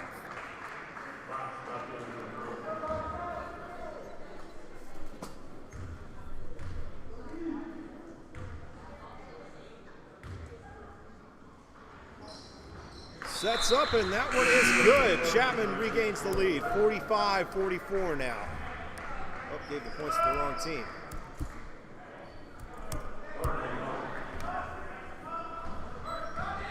Landrum headed down the court. Now Isaiah Washington trying to just box some men out.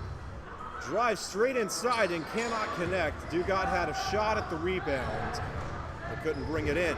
That pass partially blocked, but finds its way into the hands of Thomas Mathis, who sinks the layup. No problem. And Landrum's going to take a timeout.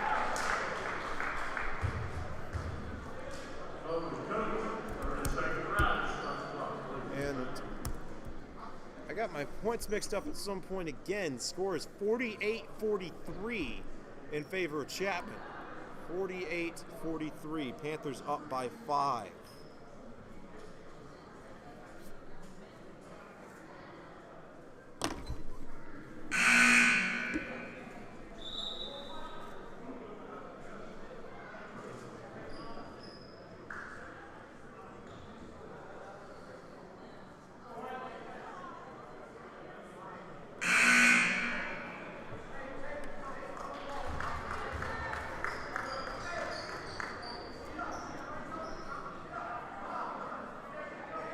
Isaiah Washington to check in for the Cardinals.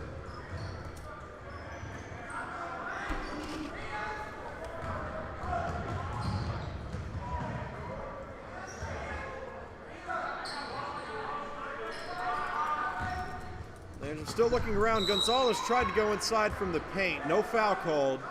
Landrum will hang on to the ball, though.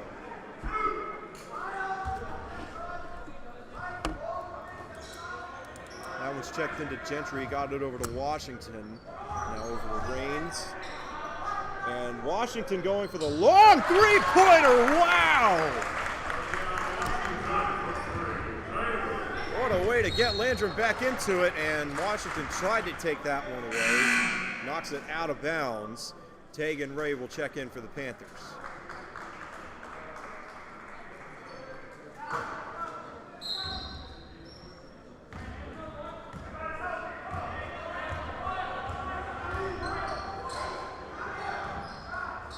And now Tegan Ray for the three-pointer. He's got it. Chapman cracks 50. Still a 5-point lead. Isaiah Washington takes a step backward to get Tim McClurkin off him. Now going to drive and flips it to Gonzalez. Gonzalez gets it over to Gentry.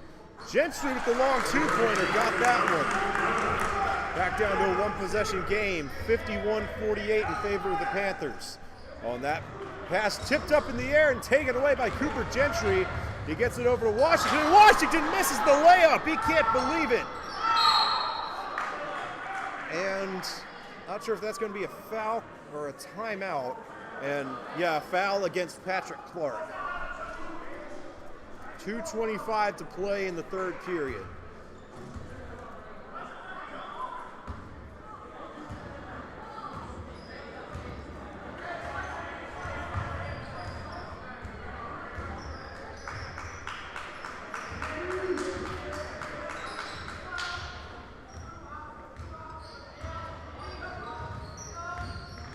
Greg Wilson, the coach for the Panthers, making some orders from the sideline, and can't be too happy with that one. Atkins airmails it out of bounds, intended for McClurkin.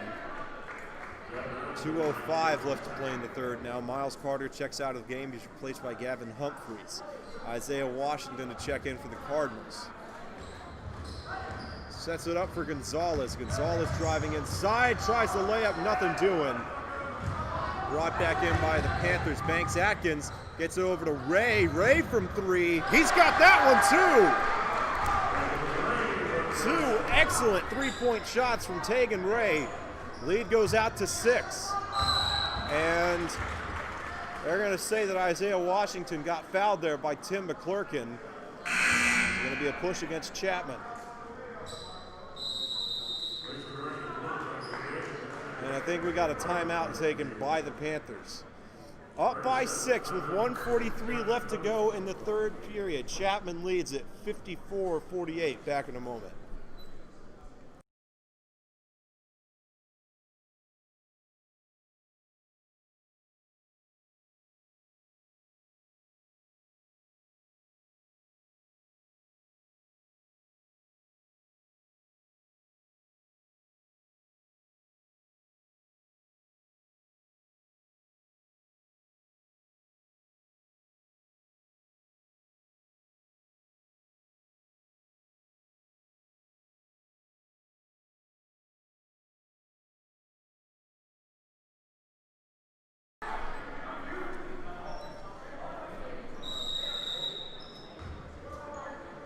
Under 2 minutes to play in the third.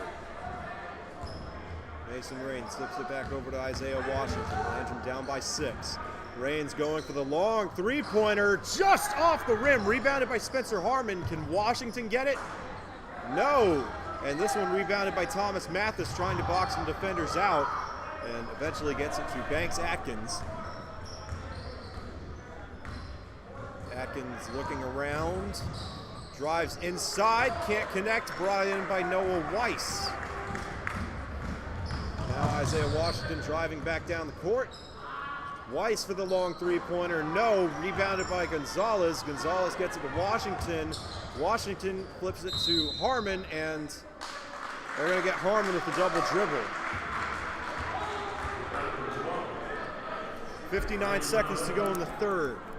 Tegan Ray to check in for the Panthers.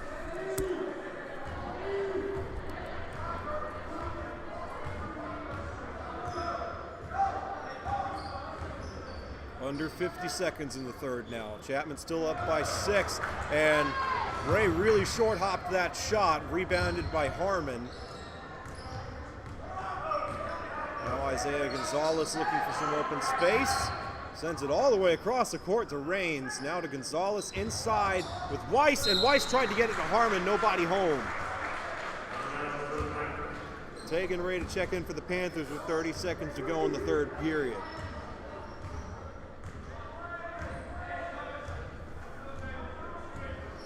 Atkins going for a long three-pointer, and no good. Brought in by Mason Raines. And now Raines going to send it inside to Gonzalez, and still no points. Both teams in an offensive stalemate now. Under 10 to go. Tim McClurkin wanted a three-pointer. Instead, they send it inside to Banks Atkins. We got whistles before the shot was off.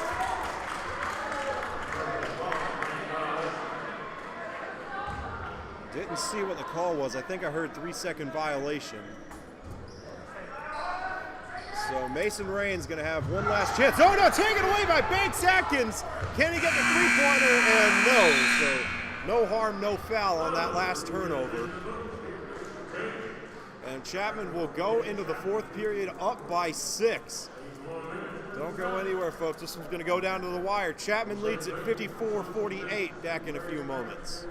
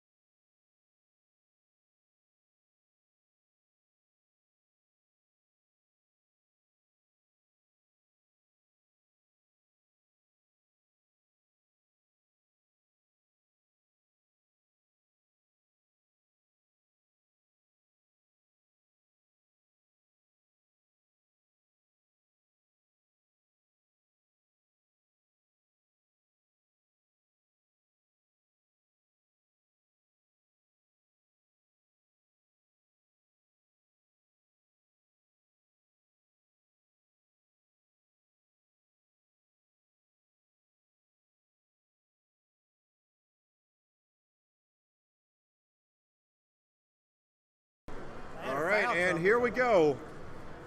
Ready for the final period between Landrum and Chapman.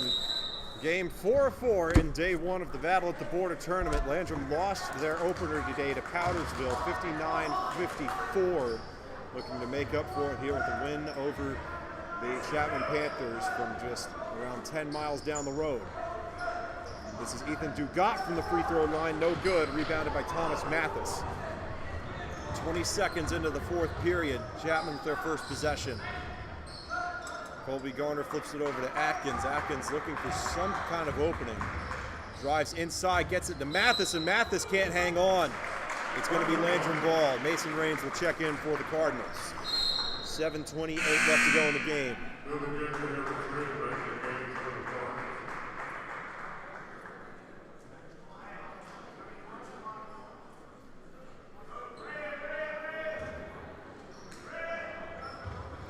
And Raines flips it over to Washington. Washington gets it to Dugat. Back to Washington. Trying to fight off a double team. Finds Gonzalez on the other side of the court. Now to Gentry. Gentry's just off the mark. Rebounded by Marco Gonzalez and right into the hands of Thomas Mathis, who got fouled. Chapman will hang on to the ball. 7:11 to go in the game now.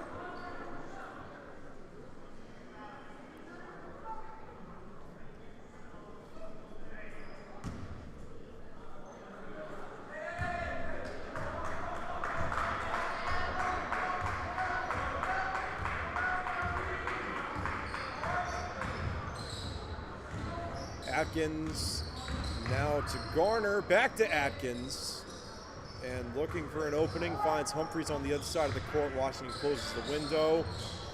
Landrum defense really swarming to the ball right now.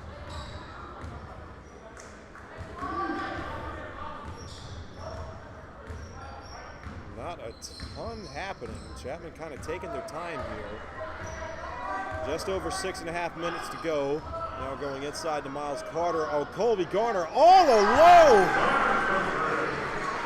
And Colby Garner able to sink the three-pointer. It's a 9-point lead for Chapman now. Ethan Dugat, and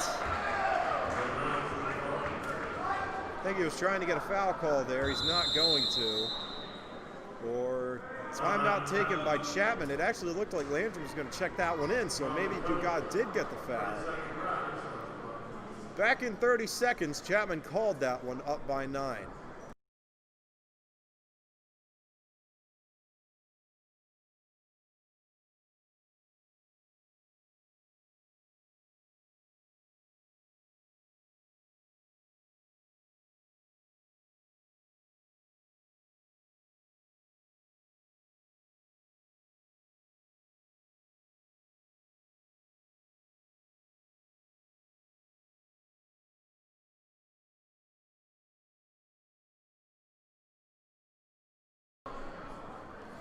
All right, so back out of that timeout break. Mason Raines will check in for the Cardinals. Everybody bunched together and now spreading out a little bit.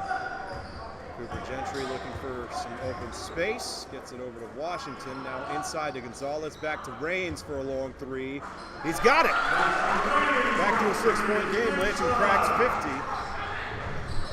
50. They've nearly matched their total from the Powdersville game. And now Colby Garner had all day to set up for that one, and it bounces in. Chapman up to 60 now.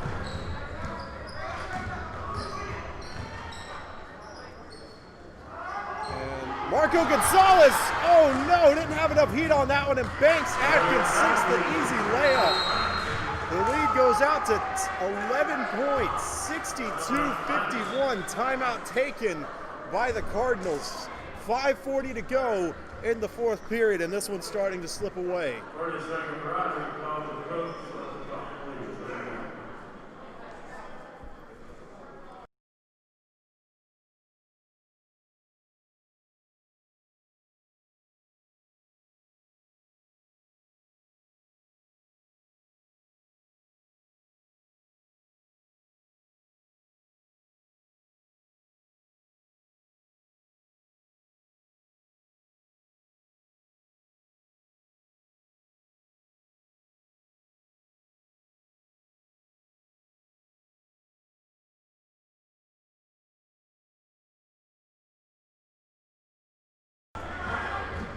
Isaiah Washington making his way down the court. Trying to settle in, and he lost the ball. And it seems that Landrum will hang on to it. Cooper Gentry to check in, sends it over to Gonzalez on the other side of the court. To Washington.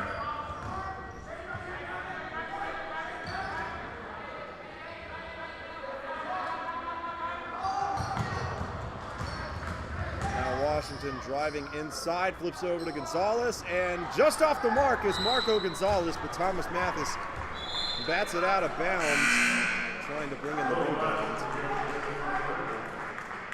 So Landrum will continue to hang on to the ball with 5:12 remaining in the game, down by 11.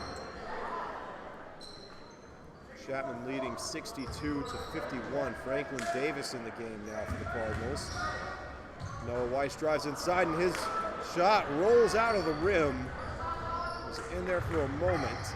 Now Banks Atkins looking around, driving inside. That one blocked by Cooper Gentry, making his way down the court. Sends it over to Washington, who steps up for three. And we've got whistles before the shot. Are they saying? I think they're saying he stepped out of bounds. That is a huge blow to the Cardinals. That three-pointer really could have changed the momentum of the game. Instead, Chapman is going to get the ball still with that 4-possession lead. Under 5 minutes to play in the game now. Mason Raines trying to get the steal, can't make it happen. Atkins almost sends it out of bounds, gets it inside to Mathis, and now it's taken away. Isaiah Washington setting up for three again. Can't get this one. And jump ball. Noah Weiss had it, and the possession arrow is going in favor of Landrum.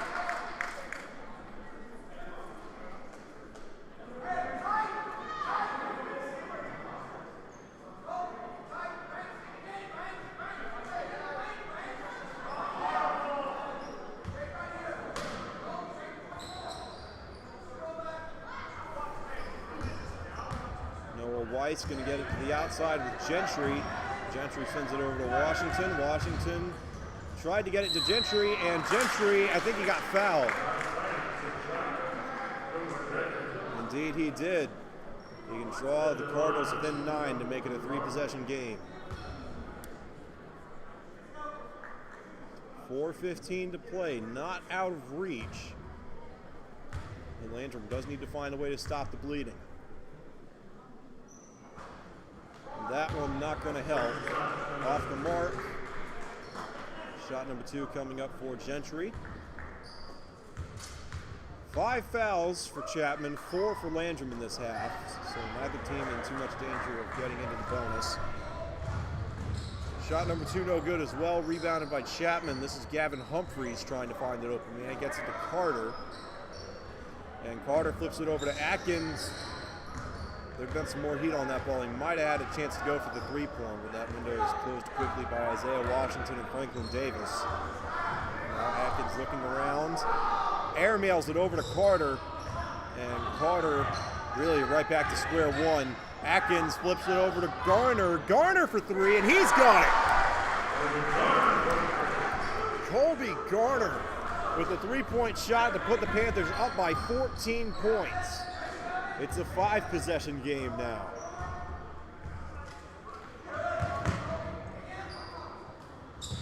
Franklin Davis now decides to flip it back to the outside. Washington tried to fake Carter out, couldn't do it. Instead gets it to Weiss, who sinks a 3-point shot of his own. Lead goes back down to 11, 65-54 in favor of Chapman. 3:07 to play in the game. And that one taken away by Franklin Davis. Ill-advised throw from Gavin Humphreys. Davis from inside the paint rebounds his own shot, gets it outside to Washington, and Washington sinks it with a defender right in his face. Puts it in, no problem. Landrum finding some momentum late.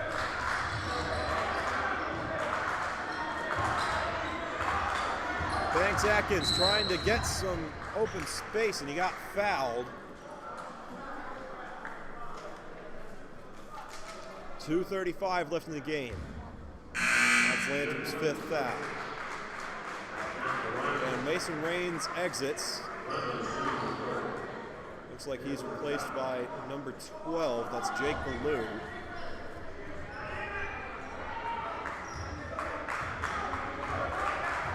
Chapman, I imagine, content to take their time here, or maybe not. Saying it inside with Thomas Mathis. He has been automatic from inside the paint. Lead goes out to 10, 4-possession game, 2:18 to play. Franklin Davis looking around, sends it over to Washington. Thought about going to Gentry, now does go to Gentry, gets it to Weiss, and Weiss nails the three-pointer. 67-60. Landrum still has this one within reach, but they're going to need some defense too. And that's going to help, taken away by Jake Ballou. Now Jake Ballou looking for an open man, gets it to Isaiah Washington, thought about going for three. Now Gentry also thought about going for three. Can Ballou get a shot off? He can, and it's off the mark. Rebounded by Thomas Mathis, gets over to Banks Atkins. 90 seconds to play, and Atkins sinks it, what a shot! Timeout taken by the Panthers, up by 9 with 91 seconds to play. What a shot from Banks Atkins. That was something else. He was almost out of bounds when the ball left his hand. At least that's what it looked like from up here. Underhands it in, no problem.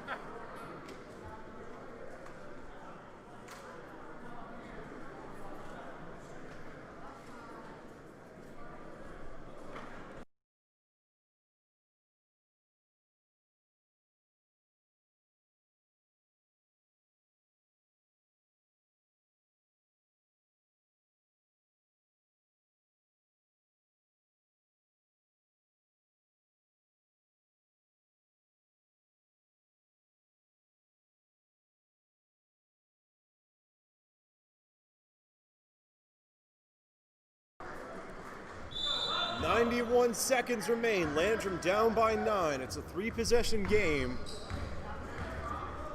They've got to average 1 point every 10 seconds from here on out. Washington for three. Got it! Whistle's blown. Looks like Chapman took a timeout.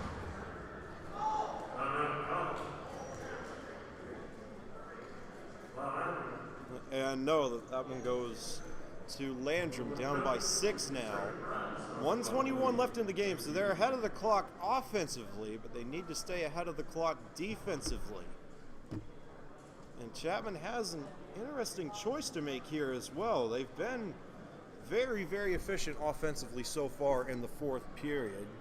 So they can either be aggressive and try and go for the shot now and put Landrum right back at square one with that 9-point deficit, or they can play it a little safely, a little conservatively, maybe hang around, try to burn some clock. We'll see what they do. It looks like Greg Wilson is drawing up a play on his whiteboard, so I would imagine that Chapman is going to play this by ear and try and go for the points.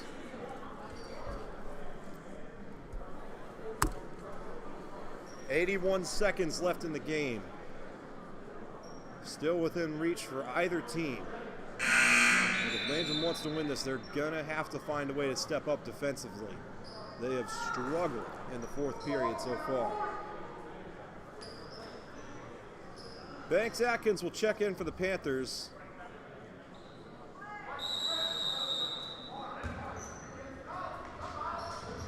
Atkins gets it over to Carter, and now Carter is under some duress, able to get it over to Humphreys. Landrum definitely going for the steal, at least some fouls. Chapman, all of their players, a lot of them at least, well behind that 3-point line, and tussle for the ball. This is blow. I'm not sure if they're... And timeout taken by Chapman with 1:03 left.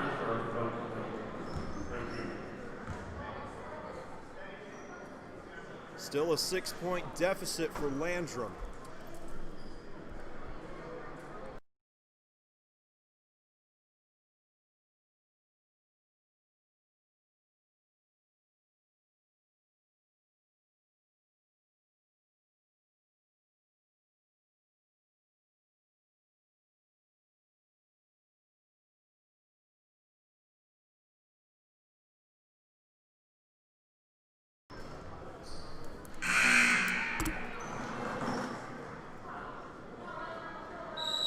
we go. 63 seconds left to play. Banks Atkins still really just trying to get it across the half-court line. Franklin Davis draped all over him. Davis, the freshman, spent a lot of time on the JV roster. Chapman running the clock. Tried to send it inside with Mathis. Cooper Gentry did a good job of holding that window up. Clock continues to roll. Under 40 seconds now. Landrum needs to get something going. Colby Garner drives inside, and he had a wide open three-point lane. You can tell the priority here is to munch on that clock, and Chapman has done just that. 33.2 seconds left in the game, and they've still got possession. Atkins gets that one out to Colby Garner, who sends it to Miles Carter, and Carter got fouled. I think Landrum was catching on to what they were doing.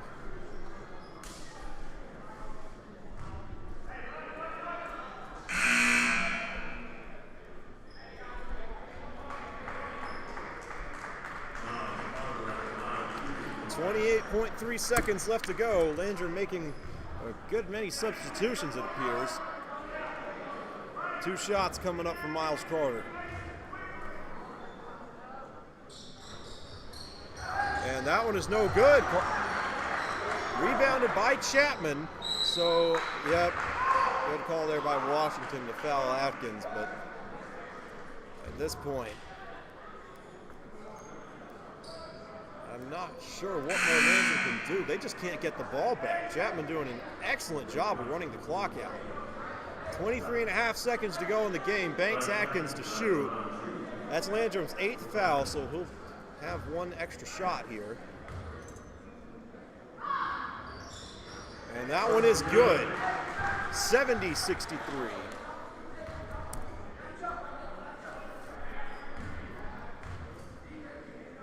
Put the Panthers out in front by 8. Got it. So it took surrendering some points and a lot of time, but Landrum is finally able to get the ball back. Do they have enough clock, though?